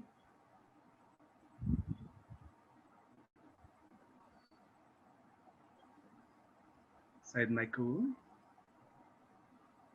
हेलो एभ्रिवान, हजुर नमस्कार। नमस्कार, मेरो नाम प्रजिता सुवेदी, म चाहिँ काठमाडौँ पेप्सी कोलादेखिबाट। मेरो क्वेसन चाहिँ दुईवटा छ है डाक्टर साहबलाई। कस्तो भने अब हुन त अहिले हामी अलिक ढिला नै बिहे गरेर हुन्छौँ होइन, अब कामसाम अनि पढाइको कारणले गर्दाखेरि। त्यो कारणले गर्दाखेरि हामी कुनै पनि महिला र पुरुषको उमेर र उहाँहरूले खाने गरेको खानपानले चाहिँ उहाँहरू दुवैको रिप्रोडक्सनलाई कस्तो खालको असर गर्छ होइन, कस्तो कुरा खानुहुन्छ अथवा एजले। र मेरो अर्को क्वेसन के छ भने विवाह भयो होइन, अब 1-2 वर्ष ग्याप राखिन्छ होला, राखेर अब ठिक छ बच्चा जन्माऊ भनेर प्लान गर्दा पनि नभएर एकैचोटि 10-15 वर्षपछि भइरहेको हुन्छ नि त कसैको। त्यो केस चाहिँ किन होला, यो चाहिँ मलाई एकदम जान्न मन लागेको। किन 10-15 वर्षपछि बच्चा भयो भन्ने चाहिँ धेरै सुनिया छ, त्यो कारण चाहिँ किन होला, मलाई यसको एन्सर चाहिँ भनिदिनु न अनुरोध गर्दछु। धन्यवाद प्रजिताजी। पहिलो कुरा के भन्दाखेरि उमेरको कुरा चाहिँ रिप्रोडक्सनमा एकदमै महत्त्वपूर्ण हुन्छ र महिलाहरूको चाहिँ जन्मजातै चाहिँ ओभुलेसन गर्ने जुन फेकन्डिटी हुन्छ, मैले अघि अलिकति छुस्स कुरा छिराएको थिएँ होला, प्राइमरी ओसाइट्स भन्ने हुन्छ, जुन प्राइमरी ओसाइट्सहरू जतिवटा छ त्यति नै मात्रै ओभुलेसन गर्न सक्छ, त्योभन्दा बढी चाहिँ अन्डा उत्पादन गर्न सक्दैन। त्यो चाहिँ जन्मजातै फिक्स हुन्छ। र सामान्यतः ओभुलेसन चाहिँ हामीले चाहिँ भन्नुपर्दाखेरि चाहिँ अब यो अघि नै कुरा गरेँ, मेन्सुरेसन त्यसको साइन हो र मेन्सुरेसन जुन बेलासम्म हुन्छ त्यो बेलासम्म लगभग ओभुलेसन हुन्छ। र यो एभरेज एज भनेको 49-50 को सेरोफेरोमा हुन्छ, तर कसैलाई अगाडि पनि हुनसक्छ, कसैलाई पछाडि पनि हुनसक्छ। हामी कन्सेप्सनको लागि बच्चा पाउनलाई चाहिँ महिलाहरूको घरमा चाहिँ 35 भन्दा अगाडि नै बच्चा पाउन सल्लाह दिन्छौँ। 35 पछाडि चाहिँ बच्चा चाहिँ कन्जेनाइटल डिफेक्टहरू, बच्चा रहेमा पनि बच्चा खेर जाने र बच्चा खेर नगए पनि बच्चामा डिफेक्टहरू, स्पेसली चाहिँ ट्राइजोमी 21 कोले गर्दाखेरि डाउन सिन्ड्रोमहरू चाहिँ आउने सम्भावना एकदमै धेरै हुन्छ। त्यस कारणले गर्दाखेरि चाहिँ 35 भन्दा अगाडि नै कन्सिभ गर्नुहोस् भनेर भन्छौँ। त्यो एउटा फ्याक्टर छ। अब यसमा खानाको कुराहरूमा चाहिँ अब कफीदेखि लिएर स्मोकिङदेखि लिएर अल्कोहलदेखि लिएर यो जति कुराहरू छन् त्यो चाहिँ ती कुराहरूलाई चाहिँ नेगेटिभ इम्प्याक्टहरू चाहिँ ओभुलेसनमा पनि गर्न सक्छ। यो छँदैछ। ओबिसिटीले ओभुलेसनमा असर गर्न सक्छ। मैले अघि नै कुरा गरेँ, अन्डर न्युट्रिसनले पनि ओभुलेसनमा असर गर्न सक्छ, ओभर न्युट्रिसनले पनि गर्न सक्छ। त्यसबाहेक तपाईँको चाहिँ ह्याबिटहरूमा चाहिँ माने केही कुराहरू चाहिँ इम्प्याक्ट गर्छ, डिजिजहरूले इम्प्याक्ट गर्छ, बिएमआईले इम्प्याक्ट गर्छ। त्यो कुराहरू हरेक मान्छेको फरक फरक हुनसक्छ। र मेलमा पनि अध्ययनहरूले चाहिँ के देखाउँछ भन्दाखेरि 35 पछि चाहिँ स्पर्मको क्वालिटी चाहिँ केही विक भएको भनेर देखाउँछ। यद्यपि रिप्रोडक्सनमा चाहिँ स्पर्मेटोजुवाको मात्रै रोल हुन्छ र एकचोटिको इज्याकुलेसनमा मिलियन्स अफ स्पर्मेटोजुवा जाने भएकोले गर्दाखेरि मेलको चाहिँ एज फ्याक्टर अलिकति कम महत्त्वपूर्ण मानिए तापनि आइडियल्ली चाहिँ मेलको पनि चाहिँ अलिकति अर्ली एजमा चाहिँ कन्सेप्सन भएको चाहिँ स्पर्मेटोजुवाहरूको हेल्दी हुन्छ। अब बच्चा किन पाएन भने त्यो चाहिँ यो चाहिँ एउटा युनिक प्रब्लम हुन्छ। यो युनिक किन भनेको भन्दा हरेक हेल्थ प्रब्लम चाहिँ एकजना व्यक्तिमा भर पर्छ, एभ्री इन्डिभिजुअलमा भर पर्छ। तर फर्टिलिटी भन्ने कुरा चाहिँ एकजना व्यक्तिमा होइन, दुईजना कपल्समा भर पर्छ। त्यसैले चाहिँ यसलाई हामी युनिक पनि भन्छौँ। यो चाहिँ मेल पार्टनर र फिमेल पार्टनर दुइटैको रिप्रोडक्टिभ फङ्सनिङ राम्रो हुनुपर्छ। अब 10-12 वर्ष हामीले चाहिँ इनफर्टिलाइल अथवा सब फर्टिलिटी कसलाई भन्छौँ भन्दाखेरि रेगुलर इन्टरकोर्स छ भनेको मतलब हप्तामा हामी 3 दिन चाहिँ रेगुलर भन्छौँ, 1 दिन बिराएर 1 दिन चाहिँ मिनिमम हुनैपर्छ। 3 इन्टरकोर्स इन अ विक हुनैपर्छ, त्यो पनि अल्टरनेट गरेर। त्यो चाहिँ रेगुलर र एडिक्वेट इन्टरकोर्स छ र कुनै कन्ट्रासेप्सन बेरियर छैन भने 1 वर्षसम्म यदि कन्सिभ गरेन भने हामी त्यसलाई सब फर्टाइल भन्छौँ। र अध्ययनले के देखाउँछ भन्दाखेरि 80% चाहिँ 1 वर्षमा कन्सिभ गर्छ। रिमाइनिङ जुन 20% हुन्छ त्यसको पनि 80% चाहिँ सेकेन्ड इयरमा कन्सिभ गर्छ र बाँकी रहेकोमा मात्रै हामीले केही प्रब्लमहरू हुन्छ। र जसलाई पनि हामी केहीलाई चाहिँ हामी चाहिँ सिम्पल मोडिफिकेसनले मात्रै कन्सिभ गर्न सक्छ भने केहीलाई चाहिँ एसिस्टेड रिप्रोडक्टिभ टेक्निकहरू युज गर्नुपर्ने हुनसक्छ। त्यो चाहिँ कन्सिभको चाहिँ यो कपाललाई नै इभ्यालुएट नगरिकन यति वर्ष किन बच्चा भएन भनेर चाहिँ हामीले भन्न गाह्रो हुन्छ। मैले लाग्छ लमसममा मैले एन्सर गरेँ होला। हस्, हामीसँग अर्को प्रश्न एउटा आएको छ। म त्यसको लागि चाहिँ मिथिलेश प्रसाद शाहजीलाई आफ्नो प्रश्न राखिदिनु अनुरोध गर्न चाहन्छु। नमस्कार, म मिथिलेश प्रसाद शाह गाईघाटबाट। म सबभन्दा पहिले डाक्टर साहबलाई, बाल्किन सरलाई नमस्कार गर्छु। नमस्कार। मेरो जिज्ञासा चाहिँ के थियो भने यो कुनै महिलामा महिनावारी भइरहेको हुन्छ तर बिचैमा 16-17 दिनमै दोहोरिन्छ, फेरि औषधि खान्छ, 1 महिना 2 महिना फेरि क्लियर हुन्छ, फेरि 16-17 दिनमा दोहोरिन्छ। मेरो एउटा छिमेकी थियो, उसलाई साह्रै धेरै त्यो समस्या चाहिँ सतायो र सताइरहेछ अहिले पनि। त्यो के कारणले हुन सक्छ त्यस्तो डाक्टर साहब? मेरो त्यति हो जिज्ञासा। धन्यवाद सर।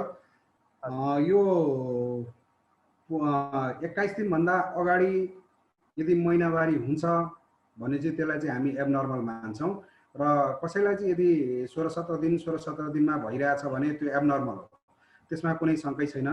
उहाँलाई पनि त्यो कुरा एबनर्मल लागेकै कारणले गर्दाखेरि उहाँले उपचारको लागि जानुभएको हो। त्यो पनि यहाँको प्रश्नमै त्यो कुरा चाहिँ छ। अब उहाँले उपचार गर्दाखेरि केही महिना चाहिँ ठिक भयो, फेरि यही समस्या दोहोरियो भन्ने कुरा, यो चाहिँ महत्त्वपूर्ण कुरा हो। अब त्यहाँ दुईटा कुरा हुनसक्छ।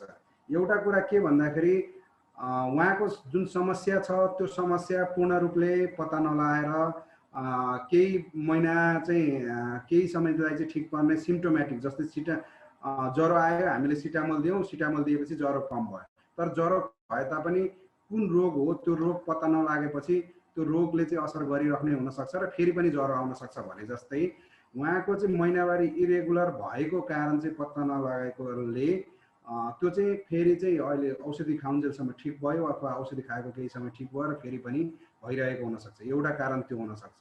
अर्को कारण महिनावारीमा अथवा पाठेघरमा केही समस्या छ। मैले एउटा इक्जाम्पल लिन खोज्छु। एउटा फाइब्रोइड भन्ने ऐजियोहरू पनि भन्छौँ हामी। एउटा फाइब्रोइड भनेको एउटा इक्जाम्पल मात्रै लिएको मैले, सबैलाई त्यही हुन्छ भन्न खोजेको होइन।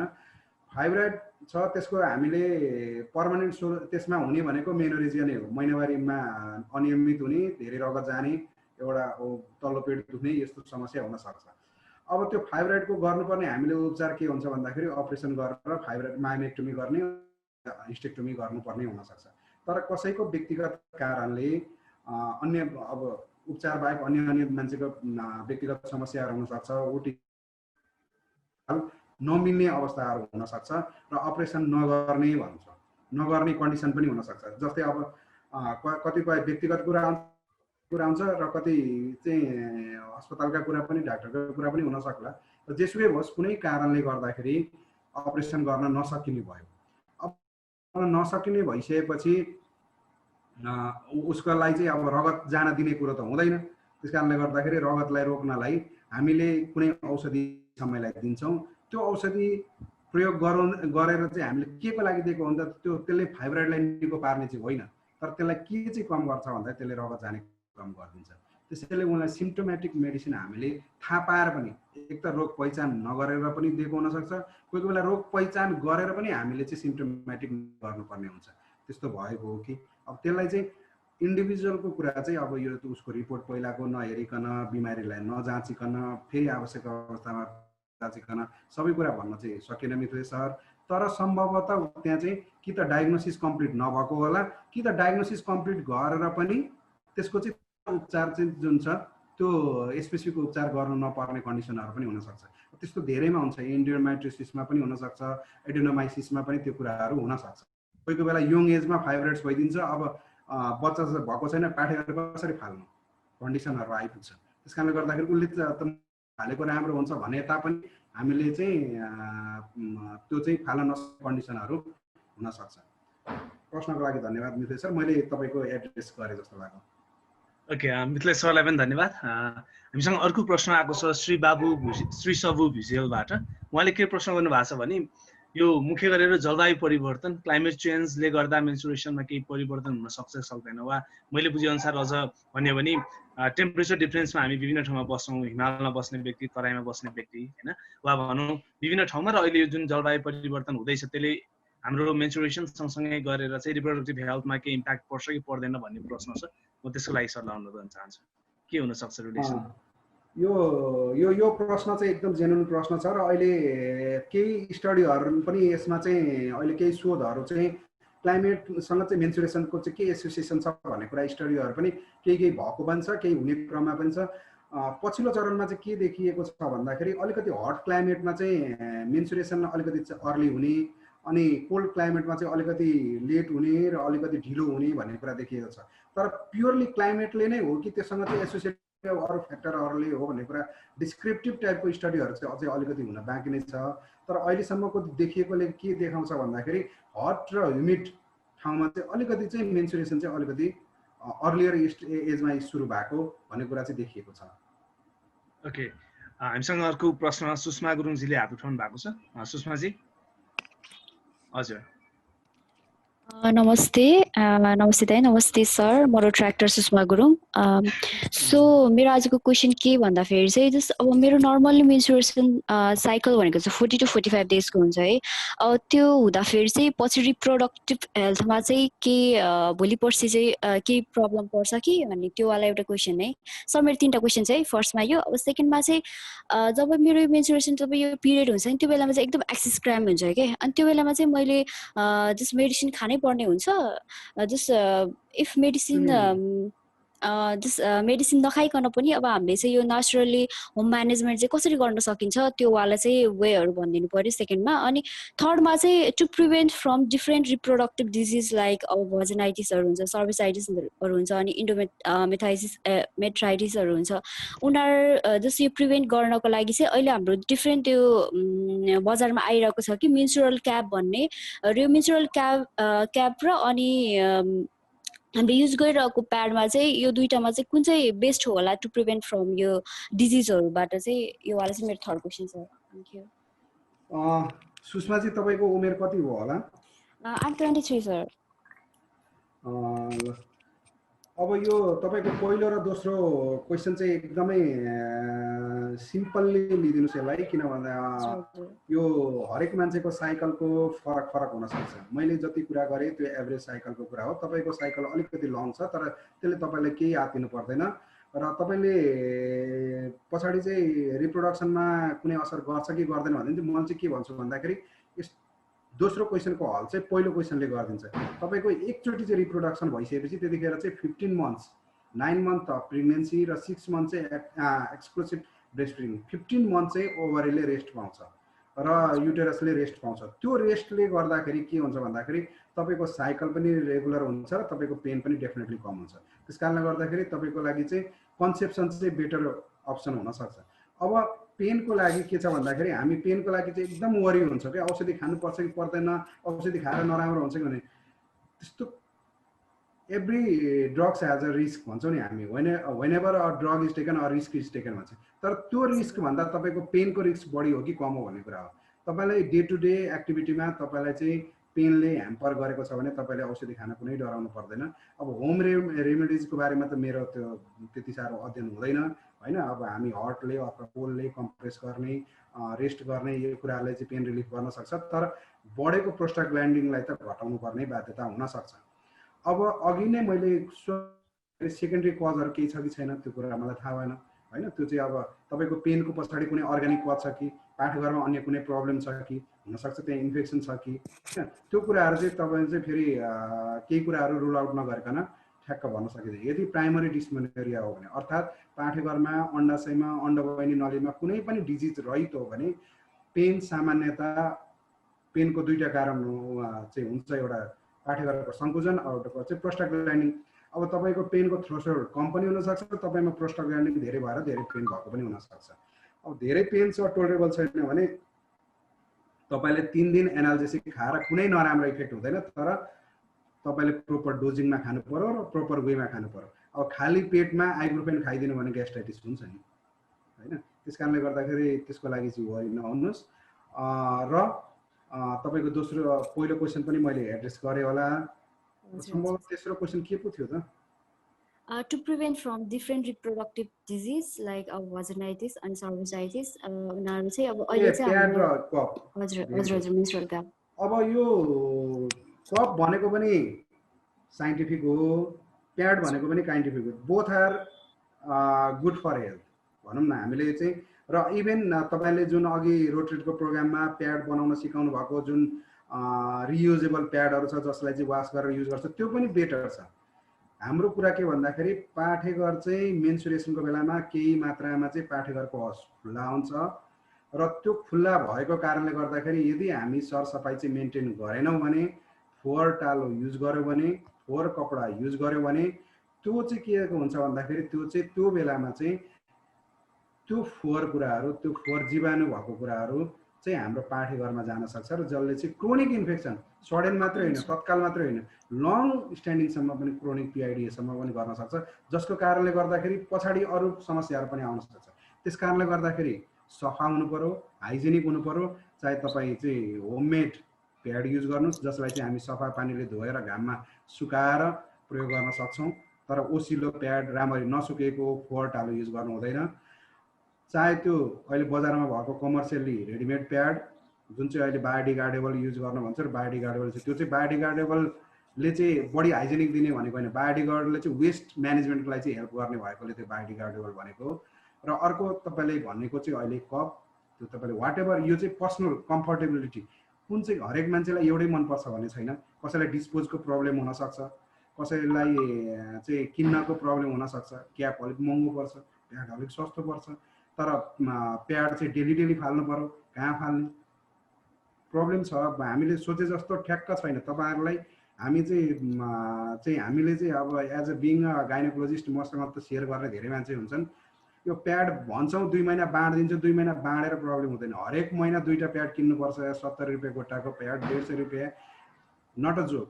र त्यो प्याड युज गर्ने मात्र होइन, प्याड कहाँ गएर फाल्नु, टोयलेटमा हाल्नु, कहाँ गर्नु, हाम्रो सोसियल डिस्क्रिमिनेसन छ।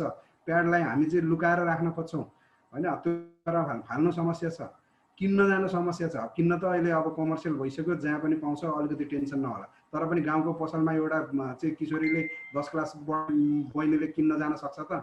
त्यो कुराहरू छन्, समस्याहरू छन्, त्यो सोसियल एस्पेक्टमा आउला। तर whatever you feel better, तपाईँलाई कुन चाहिँ सजिलो लाग्छ, तपाईँको साथीभाइ कसले चाहिँ सजिलो लाग्छ, कप पनि राम्रो छ, प्याड पनि राम्रो छ, रियुजेबल घरका प्याड पनि राम्रो छ, हाइजेनिक तरिकाले सफा तरिकाले प्रयोग गर्नुपर्छ। सुषमाजी मैले यति भने।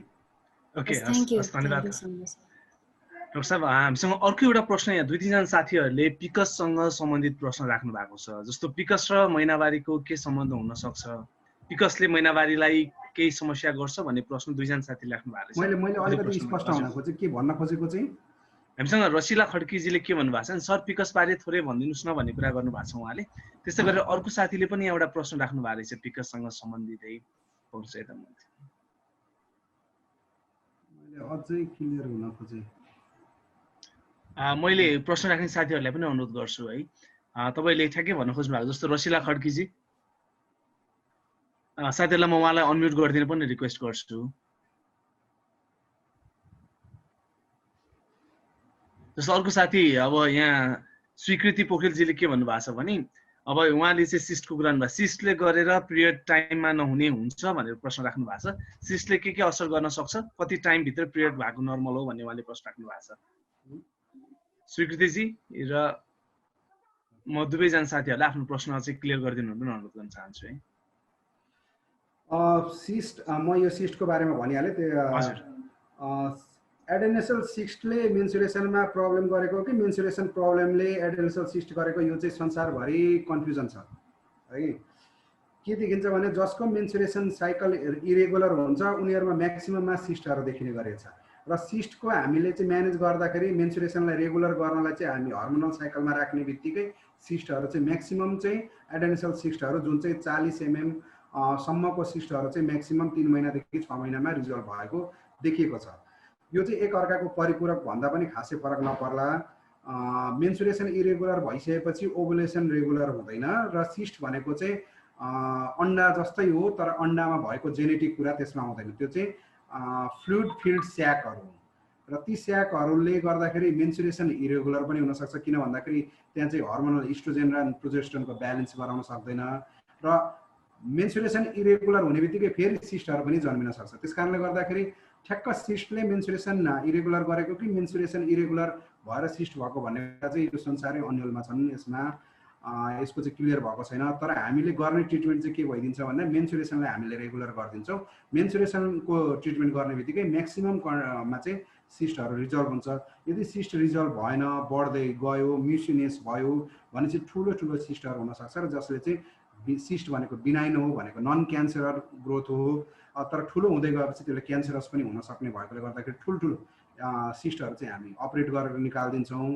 तर सानो सिस्टहरूलाई चाहिँ हामी मेन्सुरेसन रेगुलर गरिदिन्छौँ र 3 महिना 6 महिनामा बोलाएर फेरि युएससी गरेर हेर्छौँ। युजली सिस्टहरू रिजल्भ भएको हुन्छ।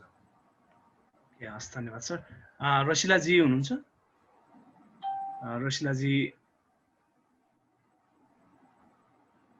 लिड गरिसक्नु भएको छ। ठिक छ, यसलाई रसिलाजी जोइन हुनुभयो भने हामी यो पिकससँग सम्बन्धित उहाँले ठ्याक्कै राख्न खोज्नु भएको प्रश्न प्रिकसन्स भन्नाले महिनावारीको प्रिकसन्स कि होइन, उहाँले के भन्नुभएको छ भने पिकस बारेमा थोरै भनिदिनुहोस् न भन्नुभएको छ। यसको मेन्सुरेसनसँग के लिङ्क हुन्छ पिकस र मेन्सुरेसनको भन्ने प्रश्न राख्नु भएको छ। पिकस भनेको चाहिँ मैले ठ्याक्क शब्द भेटिनँ कि। ओके, ठिक छ, उहाँलाई एकछिन हामी उ गरौँ ल। र म अर्को एउटा प्रश्नमा गइहाल्न चाहन्छु। जस्तो हामीसँग यहाँ अर्को प्रश्न काशी पोखरेलजी UNFPA सुनसरीबाट उहाँले एउटा प्रश्न राख्नु भएको छ। जस्तो महिनावारीसँग सम्बन्धित मिसकन्सेप्सनहरू के छन् हाम्रो समुदायमा भनेर। अब यो सम्बन्धी हामीले योभन्दा अगाडि पनि कुराकानीहरू गरिसकेका छौँ। मैले ठ्याक्कै डाक्टर साहबसँग बुझ्न चाहेको छु, किनकि अब गाइनोकोलोजिस्टको हिसाबले काम गर्दै जाँदा कस्तो खालको समस्याहरू चाहिँ सामान्य तरिकाले देखिन्छन् हाम्रोमा? हजुर, अब यो महिनावारी सम्बन्धी मिसकन्सेप्सन चाहिँ यो चाहिँ जियोग्राफिकल डिस्ट्रिब्युसन अनुसार फरक हुन्छन् होइन। यसलाई चाहिँ जियोग्राफिकल डिस्ट्रिब्युसन पश्चिममा छाउपडी छन्, पूर्वमा त्यो छाउपडी छैनन् होइन। जियोग्राफिकल डिस्ट्रिब्युसनले फरक पार्न सक्छ।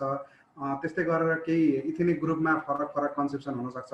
तर एउटा कुरा के भन्दाखेरि महिनावारीको कारणले गर्दाखेरि अनहाइजेनिक प्र्याक्टिसहरू भन्नु मतलब जसले चाहिँ डबल असर गर्ने, एकातिर सप्लिमेन्ट नदिने, अर्कोतिर चाहिँ हाइजिन मेन्टेन गर्न नदिने, सरसफाइबाट चाहिँ कमजोर गर्ने, त्यस्ता किसिमको प्र्याक्टिसहरू चाहिँ पहिला थिए। अहिले चाहिँ अलिक घट्दै गयो। यो घट्नुको पछाडि चाहिँ फेरि सोसियल अभियन्तादेखि लिएर एजुकेसनको ठुलो रोल छ। अब ठ्याक्क मैले चाहिँ यो सोसियल एस्पेक्टमा चाहिँ धेरै आज जान चाहिनन्। तर त्यसले गर्दाखेरि चाहिँ मेन्सुरेसनको जुन सोसियल इम्प्याक्टहरूको कारणले गर्दाखेरि चाहिँ बायोलोजिकल इफेक्टहरू के हुनसक्छ भन्दाखेरि एउटा पहिलो कारण इन्फेक्सन हुनसक्छ होइन। हामीले जुन प्याड युज गर्नेदेखि लिएर त्यो बेलाको सरसफाइ मेन्टेन गर्न सकेन भने सबैभन्दा महत्त्वपूर्ण र गम्भीर प्रश्न चाहिँ इन्फेक्सनै हुन्छ। र जुन इन्फेक्सन चाहिँ कति इन्फेक्सन चाहिँ हामी तुरुन्तै डायग्नोसिस गर्छौँ, ट्रिटमेन्ट गर्छौँ, र कति चाहिँ के हुन्छ भन्दाखेरि एक्युट सिभियर हुँदैन तर क्रोनिसिटीमा जान्छ, जस कारणले गर्दाखेरि के हुनसक्छ, के हामीले पाउँछ भन्दाखेरि एक्टोपिक रप्चर भएर आइदिन्छ। बिहे भयो, बच्चा रह्यो, खुसी भयो, तर बच्चा चाहिँ 8 हप्ता अथवा 2 महिना नपुग्दैखेरि चाहिँ 81 पेट दुखेर आउँछ। अनि हस्पिटल आयो, यसो हेर पेटभरि रगत जम्मा भएको हुन्छ। के भएको हुन्छ भन्दा एक्टोपिक रहेर फर्टिलाइज भइसकेको अन्डा पाठेघरमा आएर बस्नु पर्थ्यो, तर त्यो ट्युबमै बइदिन्छ र ट्युब फुट्दिन्छ र भित्र ब्लड जमिन्छ। त्यो चाहिँ लाइफ सेभिङ अपरेसन गर्नुपर्ने हुन्छ। त्यो बेला बच्चा त बचाउन सकिँदैन। आमालाई पनि टाइमली अपरेसन गरेन भने आमा मर्न सक्छ। यो चाहिँ एउटा चाहिँ यसको चाहिँ PID नै भएको छ। र PID को एउटा कारण चाहिँ मेन्सुरेसनको बेलामा चाहिँ हाइजिन मेन्टेन नगर्नु पनि एउटा हो। त्यसैले एउटा इमर्जेन्सी हुन्छ। त्यस्तै मेन्सुरेसनको बेलामा चाहिँ न्युट्रिसन मेन्टेन नगरेर, हाइजिन मेन्टेन नगरेर एनिमियाको कारणले गर्दाखेरि धेरैवटा समस्याहरू हामीले देख्ने गरेका छौँ। कोही बेला त एनिमिया भएको हुन्छ अनि जन्डिस भयो भनेर झारफुक गरिरहेको हुन्छ। हामीले त्यस्ता कन्डिसनमा पनि देखेका छौँ। र बिमारी सिरियस भएपछि हस्पिटल आयो, हेमोग्लोबिन 5-6 हुन्छ। अनि त्यसको चाहिँ के भएको हुन्छ, रुट कज के हो त एनिमियाको भन्दाखेरि मेन्सुरेसनमा धेरै रगत जाने हुन्छ नि। अब त्यो रगत गएको बेला उसले कसैलाई भन्दैनन्, कसैसँग बोल्दैनन् होइन, एक्लै बसेको हुन्छ, गुप्तवास बसेको हुन्छ, उसले भन्न सक्दैनन् र जसको कारणले गर्दाखेरि इम्प्याक्टहरू आइरहन्छ। त्यसैले सोसियल इम्प्याक्टले गर्दाखेरि बायोलोजिकल इम्प्याक्ट चाहिँ दर तरिकाले चाहिँ भएको हुन्छ। तर अब सबै ठाउँमा चाहिँ एकै किसिमको नहुन सक्छ। र कमन भनेको चाहिँ हामीले चाहिँ देख्ने गरेको चाहिँ एउटा चाहिँ इन्फेक्सन चाहिँ एक्युट पनि हुनसक्छ, क्रोनिक पनि हुनसक्छ। क्रोनिकले गर्दाखेरि अन्य इम्प्याक्टहरू पनि आएको हुनसक्छ र अर्को भनेको चाहिँ न्युट्रिसनल डिफिसियन्सी र बेसिकली एनिमिया हुनसक्छ। मैले एड्रेस गरेँ होला काशीजी? सर अर्को अहिलेको प्रश्न जुन पिकस भन्नुभएको छ त्यो भनेको चाहिँ पोलिसिस्ट ओभरियन सिन्ड्रोम रहेछ। ए हजुर, PCOS भन्छौँ हामी। हजुर, PCOS भनेको पोलिसिस्टिक ओभरियन सिन्ड्रोम भनेको यो भनेको चाहिँ के भन्दाखेरि ओभरीमा चाहिँ धेरैवटा चाहिँ पोलिसिस्टिक भनेको पोली भनेको धेरै, सिस्टिक भनेको सिस्टिक स्ट्रक्चरहरू चाहिँ धेरै भएको हुन्छ र यो ओभरी चाहिँ यसलाई चाहिँ यसरी बुझ्नुपर्छ। ओभरीले चाहिँ राम्रो फङ्सन गर्न नसक्ने। अब मेन्सुरेसनमा ओभरीको फङ्सन के छ भन्दाखेरि ओभरीले दुईटा हर्मोन निकाल्छ भनेको थिएँ मैले, इस्ट्रोजेन र प्रोजेस्टेरोन। अर्थात् इस्ट्रोजेन र प्रोजेस्टेरोन राम्रो ननिस्केको कारणले गर्दाखेरि र अर्कोतिर ओभुलेसन राम्रो नभएको कारणले गर्दाखेरि म्याक्सिमम PCOSहरूमा चाहिँ के हुन्छ भन्दाखेरि मेन्सुरेसन भइरहेको हुँदैन। म्याक्सिमममा चाहिँ मेन्सुरेसन भइरहेको हुँदैन। कसै कसैमा चाहिँ मेनोरेजिया हुन्छ तर म्याक्सिमममा चाहिँ ओलिगोमेनोरिया हुन्छ। मेन्सुरेसन कि त हुँदैन कि भयो भने पनि 2 महिना 4 महिना 5 महिना त्यस्तो हुन्छ। अब त्यो PCOSमा चाहिँ हामी मेन्सुरेसनलाई नियमित गर्न हाम्रो बेसिक ट्रिटमेन्ट हुँदैन। हामी चाहिँ त्यो बेला चाहिँ ट्रिटमेन्ट केलाई गर्छ भन्दाखेरि आफ्टर म्यारिज अथवा जब चाहिँ फिमेलले चाहिँ कन्सिभ गर्न खोज्छ त्यो बेला चाहिँ हामी ट्रिटमेन्ट गर्छौँ। उनलाई चाहिँ कन्सेप्सन चाहिँ इम्पोर्टेन्ट पार्ट हुन्छ। त्यस कारणले गर्दाखेरि PCOSमा चाहिँ हाम्रो कन्सर्नको विषय चाहिँ मेनली के हुन्छ भन्दाखेरि हाम्रो चाहिँ PCOSमा चाहिँ कन्सर्न किन बेला गर्छौँ हामी फर्टिलिटीको लागि गर्छौँ, कन्सेप्सनको लागि गर्छौँ। PCOSमा मेन्सुरेसन रेगुलर गर्नलाई केही पनि ठुलो काम छैन। तपाईँले निलोकन व्हाइट लगातार खानुहोस् मेन्सुरेसन लगातार हुन्छ। तर त्यो मेन्सुरेसन लगातार भएर तपाईँले चाहिँ दिमागमा चाहिँ मेन्सुरेसन भइरहेछ भन्ने कुरा मात्रै हुन्छ। त्यो बाहेक अरू बेनिफिट केही पनि छैन। त्यस कारणले गर्दाखेरि मेन्सुरेसन गराउनु पर्ने आवश्यकता केही पनि छैन।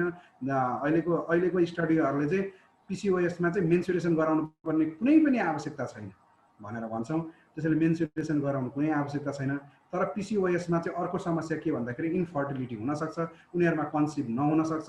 कन्सिभ नभइरहेको बेलामा चाहिँ हामीले चाहिँ केही ओभुलेसन गराउनु पर्ने अवस्थाहरू हुन्छ, त्यो बेला चाहिँ हामीले ट्रिटमेन्ट गर्छौँ। Okay, thank you. अर्को प्रश्न हाम्रो जेसीमा थापाजीले सोध्नु भएको छ। उहाँले के भन्नुभएको छ भने उहाँको sister, my sister is 28 years old and she had the irregular period problem. We have checked and all the reports are normal. If she take medicine then period will be normal, but after she stop medication period will be irregular like after 3-4 months भन्नुभएको छ। अब औषधि खाँदा मात्र ठिक हुने, औषधि खान छाड्ने बित्तिकै फेरि इरेगुलर हुने खालको मेन्सुरेसनको प्रब्लम भइरहेछ, किन होला भन्ने खालको प्रश्न राख्नु भएको छ। हजुर, यो क्वेसन चाहिँ ठ्याक्क अघिको मिथिलेश सरले हाम्रो उपप्राध्यापक मिथिलेश सरले सोध्नु भएको क्वेसनसँग चाहिँ अलिकति म्याचिङ गराउन खोजेँ मैले। यसमा पनि अब सबै रिपोर्ट नर्मल छ भनेपछि अर्ग्यानिक कजहरू छैन भनेर बुझ्छौँ। अब सबै रिपोर्ट भन्नाले उहाँले के गराउनु भएको छ त्यतातिर म गइनँ, तर मोरलेस एभरेजमा गाइनोकोलोजिस्टहरूले गर्ने रिपोर्टहरू गराउनु भएकै होला। र त्यो नर्मल छ भने चाहिँ अर्ग्यानिक कज छैन भनेको, अर्ग्यानिक कज छैन भने पार्टेगर नर्मल छ, ओभरी नर्मल छ, ट्युब्सहरू नर्मल छ, त्यहाँ इन्फेक्सन छैन भन्ने कुरा बुझिन्छ। र यो बेलामा हुन सक्ने भनेको चाहिँ एउटा कारण के हुन्छ भन्दाखेरि त्यो अघि नै मैले एक्सिसको कुरा गरेँ, पिट्युटरी ओभरिन र युटेरसको एक्सिस जुन डेभिएसन हुन्छ र त्यसमा चाहिँ हर्मोनल इम्ब्यालेन्स छ, त्यसको चाहिँ कुनै टेस्टले चाहिँ प्रुभ गर्न सकिँदैन। त्यो चाहिँ अरू टेस्टहरूबाट चाहिँ आएन भने चाहिँ हामी चाहिँ त्यसलाई भन्छौँ। र यो बेलामा चाहिँ हामी हर्मोनल लामो समय चलाउनु पर्छ, 3 महिना 6 महिना 9 महिना वर्ष दिनसम्म पनि चलाउनु पर्ने हुन्छ र त्यसपछि मात्रै रेगुलर हुन्छ। 1 महिना औषधि खायो भने अथवा 2 महिना औषधि खाएर रेगुलर नहुन सक्छ। त्यस कारणले गर्दाखेरि यसमा चाहिँ धेरै वरि नहुनु, धेरै महिलाहरू चाहिँ के गर्ने हुन्छ भने 1 महिना औषधि खायो अनि 1 महिना ठ्याक्क चाहिँ अब 1-2 महिना चाहिँ ठिक भयो जस्तो हुन्छ, अनि फेरि खराब भयो भने फेरि डक्टर चेन्ज गर्यो, अनि फेरि 1-2 महिना औषधि खायो फेरि छोडिदियो। त्यसमा चाहिँ लामो ट्रिटमेन्ट चाहिन्छ, किन भन्दाखेरि लङ ड्युरेसन चाहिँ चाहिन्छ र लङ ड्युरेसन ट्रिटमेन्ट पछि मात्रै ठिक हुन्छ। त्यस कारणले गर्दाखेरि पेसेन्स राख्दिनँ र डक्टरले दिएको निर्देशन पालना गर्दिनँ भन्न म भन्छु। डाक्टर साहब, अर्को सिमिलर खालको क्वेसन विशाल सापकोटाजीले राख्नु भएको छ। उहाँले के प्रश्न राख्नु भएको छ भने मेन्सुरेसन इरेगुलारिटीको कुरा गर्नु भएको छ। उहाँको साथीको 4-5 मन्थमा मात्र मेन्सुरेसन हुन्छ र डक्टरसँग कन्सल्ट गर्दाखेरि चाहिँ यो हेरिडिटीको कारणले हो भन्ने एन्सर भएको भएर के मेन्सुरेसन इरेगुलारिटी हेरिडिटीले हुन सक्छ त भन्ने प्रश्न राख्नु भएको छ र यस्तो भयो भने साइड इफेक्ट केही हुन्छ कि हुँदैन बडीमा भन्ने प्रश्न गर्नु भएको छ। हजुर, अब यो मेन्सुरेसन इरेगुलर हुँदैमा पहिलो कुरो त नआत्तिन भन्छौँ। होइन। अब उहाँको चाहिँ ढिलो भएको छ, ढिलोको लागि त कुनै तनावै नलिनुहोस् भन्छु। मेन्सुरेसन 5 महिना 10 महिना 1 वर्ष नभएर केही हुँदैन। त्यसमा चाहिँ मेन्सुरेसन मेरो भएन भनेर चाहिँ तनाव नदिदिनुहोस्। र उहाँ हेरिडिटीले धेरै कुरा हुन्छ, किन भन्दाखेरि हेरिडिटीले यो कुरा हुने गरेको छ। त्यसैले उहाँको डक्टरले भनेको कुरामा चाहिँ म समर्थन गर्छु। अब त्यो रिपोर्टहरू नहेरिकन धेरै कुरा चाहिँ भन्न सकिएन, तर मलाई जहाँसम्म लाग्छ हेरिडिटीले नै हो भने चाहिँ आत्तिनु चाहिँ पर्दैन। ओके, हस्, थ्याङ्क यू डाक्टर सर। अर्को क्वेसन के राख्नु भएको छ क्यारिन थापाजीले भने मेन्सुरेसन रेगुलर हुँदा पनि ओभुलेसन नहुन सक्छ भन्ने प्रश्न राख्नु भएको छ। मेन्सुरेसन रेगुलर हुँदाखेरि ओभुलेसन नर्मली रेगुलरै हुन्छ, तर कोही कोही बेला चाहिँ इन्फर्टिलिटी केसहरूमा चाहिँ हामीले चाहिँ अब मेन्सुरेसन रेगुलर छ तर कन्सिभ गरिरहेको छैन, अब ओभुलेसन चाहिँ ह्याम्पर छ कि भनेर हामीले चाहिँ फर्दर टेस्टहरू चाहिँ गर्नुपर्ने हुनसक्छ। युजुअली चाहिँ मेन्सुरेसन रेगुलर छ भने ओभुलेसन रेगुलर हुन्छ। अर्को क्वेसन मैले एलिजा श्रेष्ठजीको लिन चाहेँ। उहाँले के भन्नुभएको छ भने I am married since 12 years, मेरो पिरियड इरेगुलर छ and try to conceive from last 5 years, check गरेको सबै नर्मल छ, रिपोर्ट के गर्ने होला सजेस्ट गरिदिनु होला भन्नुभएको छ।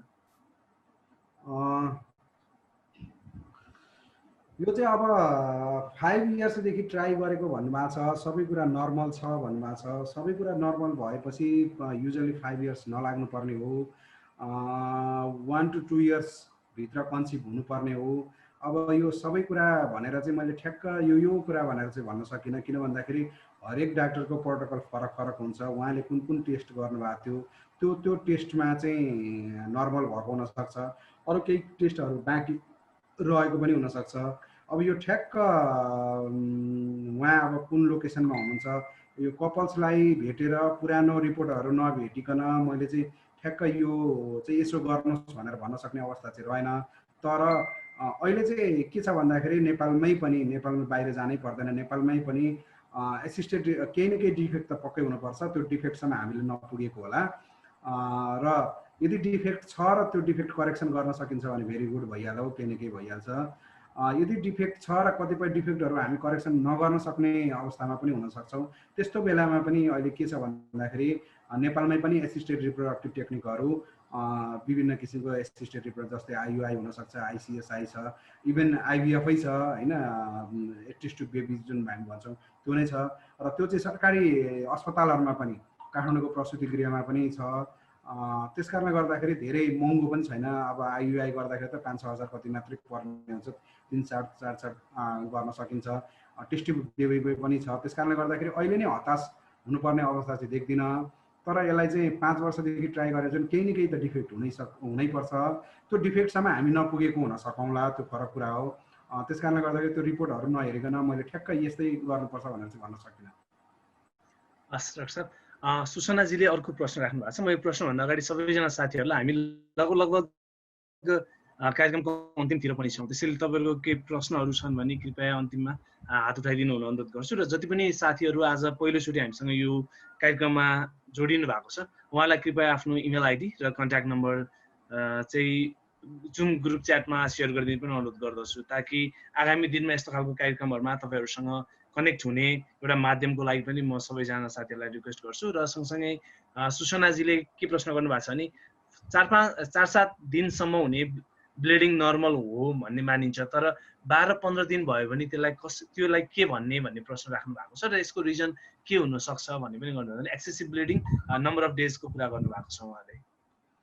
यसलाई हामी मेनोरेजिया भन्छौँ र यो नर्मल होइन। 12 दिन 15 दिन ब्लिडिङ हुन्छ भने त्यो नर्मल पक्कै होइन र यसलाई हामी मेनोरेजिया भन्छौँ। मेनोरेजियाको कारण धेरैवटा हुनसक्छ, जसका केही कारणहरू चाहिँ युटेरसमा हुनसक्छ, जस्तै फाइब्राइड्स भयो, त्यस्तै गरेर चाहिँ युटेरस बाहिर अन्डाशयदेखि लिएर अन्य ठाउँ पनि हुनसक्छ, एडेनोमाइसिस हुनसक्छ, इन्डोमेट्रियोसिस हुनसक्छ। त्यो कुराहरू चाहिँ हेर्नुपर्ने हुन्छ र यसलाई चाहिँ लामो समय ब्लिडिङ हुन्छ भने त्यसलाई चाहिँ ट्रिटमेन्ट चाहिन्छ, किन भन्दाखेरि त्यत्रो लामो दिन ब्लिडिङ हुँदाखेरि डेफिनेटली त्यहाँ ब्लड लस धेरै छ र ब्लड लस धेरै भएपछि त्यसले चाहिँ विकनेस गराउँदै जान्छ, त्यसलाई चाहिँ ठिक गर्नै पर्ने हुन्छ, उपचार चाहिन्छ। म यहाँ अलिक फोनहरू आउन थाल्यो कि हस्पिटलबाट। हुन्छ डाक्टर साहब, हामी लगभग अन्तिममा छौँ, चाँडै इन्ड पनि गर्छौँ। मैले लगभग अहिलेसम्म एउटा मात्र प्रश्न देखाएको छु अहिले।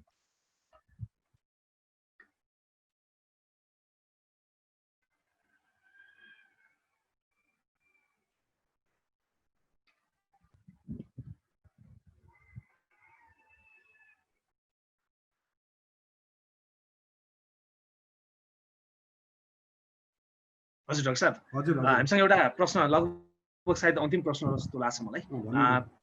नारायणघाटबाट प्रेक्षा भुषालजीले एउटा प्रश्न राख्नु भएको छ। उहाँ 21 वर्षको हुनुहुन्छ र उहाँले के भन्नुभएको छ भने मेरो पहिले पिरियड हुँदा पेन हुँदैन थियो अनि रेगुलर पिरियड हुन्थ्यो, बट अहिले recently it's been 4 month period हुँदै ब्याक पेन हुन्छ अनि इरेगुलर मेन्सुरेसन पनि हुन्छ। So what is the reason behind this and what should I do to maintain regular menstrual cycle भन्नुभएको छ। अब पहिला सबै कुरा ठिक भएर अहिले केही कुरा खराब भएको हुनसक्छ। अब मोर लाइकली यो एजमा हुन सक्ने भनेको एउटा पिआइडी हुन सक्ने सम्भावना म बढी देख्छु, जसले चाहिँ बढी पेन गराएको हुनसक्छ र मेन्सुरेसन इरेगुलर पनि भएको हुनसक्छ। अब यसको लागि अरू एसोसिएटेड सिम्टम्सहरू के छ, जस्तै परभेजानल डिस्चार्जका कुराहरू होला, अनि अरू चाहिँ हेर्नुपर्ने हुन्छ, एकचोटि एक्जामिन गर्नुपर्ने हुन्छ र एउटा युएससी पनि अर्थात् भिडियो एक्सरे पनि गर्नुपर्ने हुनसक्छ। यो चाहिँ एकचोटि चाहिँ लोकल गाइनोकोलोजिस्टसँग एकचोटि चाहिँ परामर्श लिनुभएको राम्रो हुन्छ र समयमै लिनुहोस्, किनभने 4 महिना भइसक्यो। केही कुरा चाहिँ रङ हुनसक्छ भन्ने कुरा चाहिँ मलाई लाग्छ। तर सबै रङ हुने बित्तिकै आत्तिनु फेरि चाहिँ ला यस्तो भएछ भनेर चाहिँ फेरि चाँडै आत्तिनुहुन्छ उहाँहरू, चाँडै आत्तिनु पर्दैन। लोकल कन्सल्ट गरेपछि अधिकांश अवस्थामा चाहिँ धेरैभन्दा धेरै चाहिँ हामीले 7 दिनभन्दा बढी औषधि खानु नपर्ला, निको हुन्छ। निको हुने खालकै रोगहरू धेरै हुन्छ। हामीसँग यो एउटा प्रश्न चाहिँ अघिल्लो सेसनमा एउटा साथीले बिजुजीले राख्नु भएको थियो, मैले त्यो प्रश्न राख्न चाहेँ। उहाँले के भन्नुभएको छ भने उहाँको पिरियड एकदमै पेनफुल हुन्छ, पहिले मेडिसिन लिन्थे बट अल्सरेसन देखिएपछि मेडिसिन नखान डक्टरले भनेपछि खान मिलेन, अहिले अल्सरेसन ठिक भएको छ, अब मेडिसिन लिन मिल्छ कि मिल्दैन भन्ने प्रश्न राख्नु भएको छ। सँगै उहाँले के भन्नुभएको छ भने अरू के अल्टरनेटिभ हुन सक्छ कि सक्दैन यो सम्बन्धी, र स्पेसली मेफ्टलको साइड इफेक्ट केही छ कि छैन, 2-3वटा प्रश्न राख्नु भएको छ। हजुर, मेफ्टल भनेको मेफेनेपिक एसिड हो र यो चाहिँ स्ट्रङ एनाल्जेसिकको रूपमा हामीले लिन्छौँ र महिनावारीको बेलामा यसले दुईटा काम गर्छ। एउटा चाहिँ युटेराइन कन्ट्र्याक्सन कम गराउँछ र अर्को प्रोस्टाग्ल्यान्डिनलाई चाहिँ इनिबिसन गर्छ, जस कारणले गर्दाखेरि यसले दुखाइ कम गर्ने हुन्छ। तर यसको साइड इफेक्ट भनेको चाहिँ ग्यास्ट्रिक इरिटेसन गराउँछ, जस कारणले गर्दाखेरि अल्सरेसन हुन सक्छ। अब एकचोटि अल्सर भइसकेको मान्छेलाई हामी फेरि मेफ्टलै खानुहोस् भनेर चाहिँ सजेस्ट गर्न चाहिँ गाह्रो भयो। भरसक चाहिँ फेरि मेफ्टल नखाएको राम्रो हो। तपाईँले चाहिँ हाइसिन बुटामाइट भनेको जुन बुस्को पान अथवा बुस्को पान जस्तै नेपालमा आउने चाहिँ हाइब्रो छन्, त्यस्तै चाहिँ अरू पनि औषधिहरू छन्। यी ग्रुपका औषधिहरू चाहिँ जुन चाहिँ 40 mg को हुनसक्छ त्यो लिन सकिन्छ। रोटाभेरिन पनि लिन सकिन्छ, रोट्याभिटी आउँछ, प्रोटिन आउँछ, यी पनि लिन सकिन्छ। यिनीहरूले चाहिँ अल्सरेसन नगर्ने हुन्छ। तर अर्को कुरा चाहिँ तपाईँलाई चाहिँ पेन चाहिँ एकदमै धेरै हुनुको कारण केही छ कि त्यसलाई पनि एकचोटि रुल आउट गर्नुपर्ने हुन्छ। कोही कोही बेला चाहिँ सानो अर्ग्यानिक कारणले पनि पेन धेरै गराउन सक्छ। ती बेलामा चाहिँ हामीले चाहिँ त्यो कारणलाई पनि हामीले निको पार्न सक्यो भने पेन अलिकति कम हुन्छ कि। डाक्टर साहब, लगभग हाम्रो प्रश्न यति नै जस्तो लाग्यो। म सम्पूर्ण साथीहरूलाई प्रश्न सकेको जस्तो लाग्छ। हामीले समय निर्धारित समय पनि लगभग अन्तिमतिर आइसकेका छौँ। म डाक्टर साहबलाई यहाँको अमूल्य समयको लागि र यो जति पनि जानकारीहरू आज प्रदान गरिदिनु भएको छ, यी सम्पूर्ण जानकारीहरू हाम्रो सम्पूर्ण सहभागीहरू हामी आफ्नै लागि पनि एकदमै जानकारीमूलक जानकारी रहेका छन्। त्यसको लागि यहाँको समय र यहाँले दिनुभएको जानकारीको लागि धेरै धेरै धन्यवाद भन्न चाहन्छु। र अघि एउटा प्रश्न आएको थियो, जस्तो जनावरहरूको महिनावारी हुन्छ कि हुँदैन भनेर, मैले साथीहरूलाई थोरै जानकारी मात्र गराउन चाहेँ यो विषयमा। जस्तो संसारमा मानिसको जस्तै महिनावारी हुने जनावरहरूमा यी 3टा जनावरहरूको मात्र, मैले सायद मेरो स्लाइड देख्नुभयो होला, यहाँ एउटा मैले 3टा फोटो राखेको छु। यो 3टा जनावरहरू जुन हाम्रो राते बाँदर भन्छौँ हामी, रेसस म्याकाक्स र इस्टर्न इलाफेन्ट स्यु र सेवा सटेल ब्याट, यो 3टा जनावर चाहिँ मानिसको जस्तै महिनावारी हुने जनावरहरूमा पर्छन्। र यी बाहेक अरू जनावरहरूको साधारण तरिका महिनावारी चक्र उहाँहरूको पनि हुन्छ, तर मानिसको जस्तै जुन हामी रगतको फ्लो चाहिँ हाम्रो हुँदैन, अरू जनावरमा देखिँदैन भने यो 3टा जनावरमा चाहिँ त्यो पनि देखिन्छ। मैले यो जानकारी सबैजनालाई प्रदान गर्न चाहेँ र योसँग सम्बन्धित कुराहरू अझ बढी भेटरेनी डक्टरहरूले नै उहाँले क्लियर गरिदिन सक्नुहुन्छ होला, किन यो 3टामा मात्र अरूमा छैन भनेर। र म यति भन्दै आजको यो महिनावारी संवाद कार्यक्रमको 5औं संस्करणमा हामीले जुन चाहिँ बायोलोजी अफ मेन्सुरेसन भनेर महिनावारीसँग सम्बन्धित विभिन्न विषयमा कुराकानीहरू गर्ने जमर्को गरेका थियौँ। र त्यसको लागि फेरि पनि सहयोग गरिदिनु भएकोमा म डाक्टर बालकृष्ण शाह सरलाई एकदमै धन्यवाद दिन चाहन्छु र यहाँको साथ सहयोग हाम्रो यो कार्यक्रमको अरू फेजमा पनि यहाँको सहयोगको अपेक्षा राख्दै म यहाँलाई तथा यहाँ जति पनि आज उपस्थित हुनुभएको छ सम्पूर्ण साथीहरूलाई उपस्थितिको लागि धन्यवाद भन्न चाहन्छु। डाक्टर साहब धेरै धेरै धन्यवाद छ यहाँलाई सम्पूर्ण सहभागी र हामी आयोजकको तर्फबाट। धन्यवाद तपाईँहरूलाई पनि। र यति भन्दै हामी लगभग कार्यक्रमको अन्तिममा छौँ र के अपेक्षा राख्छु भने यो कार्यक्रमबाट र यस्तै खालको अन्य कार्यक्रमहरूबाट हाम्रो समुदायमा महिनावारीसँग सम्बन्धित रहेका जति पनि रीतिरिवाजहरू कुरीतिहरू र समाजमा विद्यमान रहेका जति पनि नकारात्मक चिजहरू छन् ती सम्पूर्णलाई चिर्दै हामीले हाम्रो समाजलाई महिनावारी व्यवस्थित समाजको रूपमा सिर्जना गर्न सक्ने छौँ भन्ने अपेक्षा पनि राख्दछौँ। र अहिलेको यो कोभिड-19 महामारीमा मैले फेरि पनि सम्पूर्ण साथीहरूलाई अनुरोध गर्न चाहन्छु, धेरैजना महिलाहरूलाई महिनावारी व्यवस्थापन गर्ने सामग्रीको कमजोरी वा सामग्री नपाएको अवस्था, धेरैजनालाई घरमा रहँदाखेरि विभिन्न कुरीतिले गर्दाखेरि आफ्नो महिनावारी व्यवस्थित तरिकाले अगाडि बढाउनलाई अप्ठ्यारो, त्यस्तै गरेर अस्पतालमा रहनुभएका जति पनि क्वारेन्टाइनमा रहनुहुन्छ वा आइसोलेसनमा हुनुहुन्छ वा जति पनि फ्रन्टलाइनर्सहरू हुनुहुन्छ जो अस्पतालमा काम गर्नुहुन्छ ती महिलाहरूलाई महिनावारी व्यवस्थापन गर्नलाई अहिले समस्या परिरहेको हुनसक्छ। यदि त्यस्तो जानकारीहरू छन् भने कृपया हामीहरूसँग र विभिन्न सङ्घ संस्थाहरूसँग यो सेयर गरेर महिनावारी स्वच्छता व्यवस्थापन गर्नलाई यो पेन्डेमिकमा पनि सहयोग गरिदिनु हुन म सबैजनालाई अनुरोध गर्न चाहन्छु र सबैजनालाई कृपया सुरक्षित रहनु हुनको लागि र समयमा हात धुने साबुन पानीले हात धुँदै यो जति पनि सामाजिक दूरीहरू छन् त्यो कायम गरिदिनु हुन र यो महिनावारी व्यवस्थित समाज निर्माण गर्नको लागि हातेमालो गरिदिनु हुन अनुरोध गर्दै आजको यो 5औं संस्करण महिनावारी संवादको अन्त्यमा इको कनेक्टेड प्राइभेट लिमिटेड तथा कनेक्सन नेपाल र साथसाथै Rotary Club of Kathmandu, Rotary Club of Central Rupandehi, environment channel network, Rotary Club of Itahari, youth development centre, free will private limited, Rotary Club of Gaindakot, girls first campaign, Rotary Club of Chitwan, Rotary Club of Bharatpur height, Rotary Club of Kawasoti, Rotary Club of Narayanghat, Rotary Club of Tilottama Devdaha र Rotary Club of Narayani मिटाउनको तर्फबाट यहाँहरू सबैजनालाई धन्यवाद भन्दै आजको यो कार्यक्रम यहीँ अन्त्य भएको घोषणा गर्न चाहन्छु। हस्, धन्यवाद डाक्टर साहब, धन्यवाद सबैजना सहभागीहरूलाई। धन्यवाद।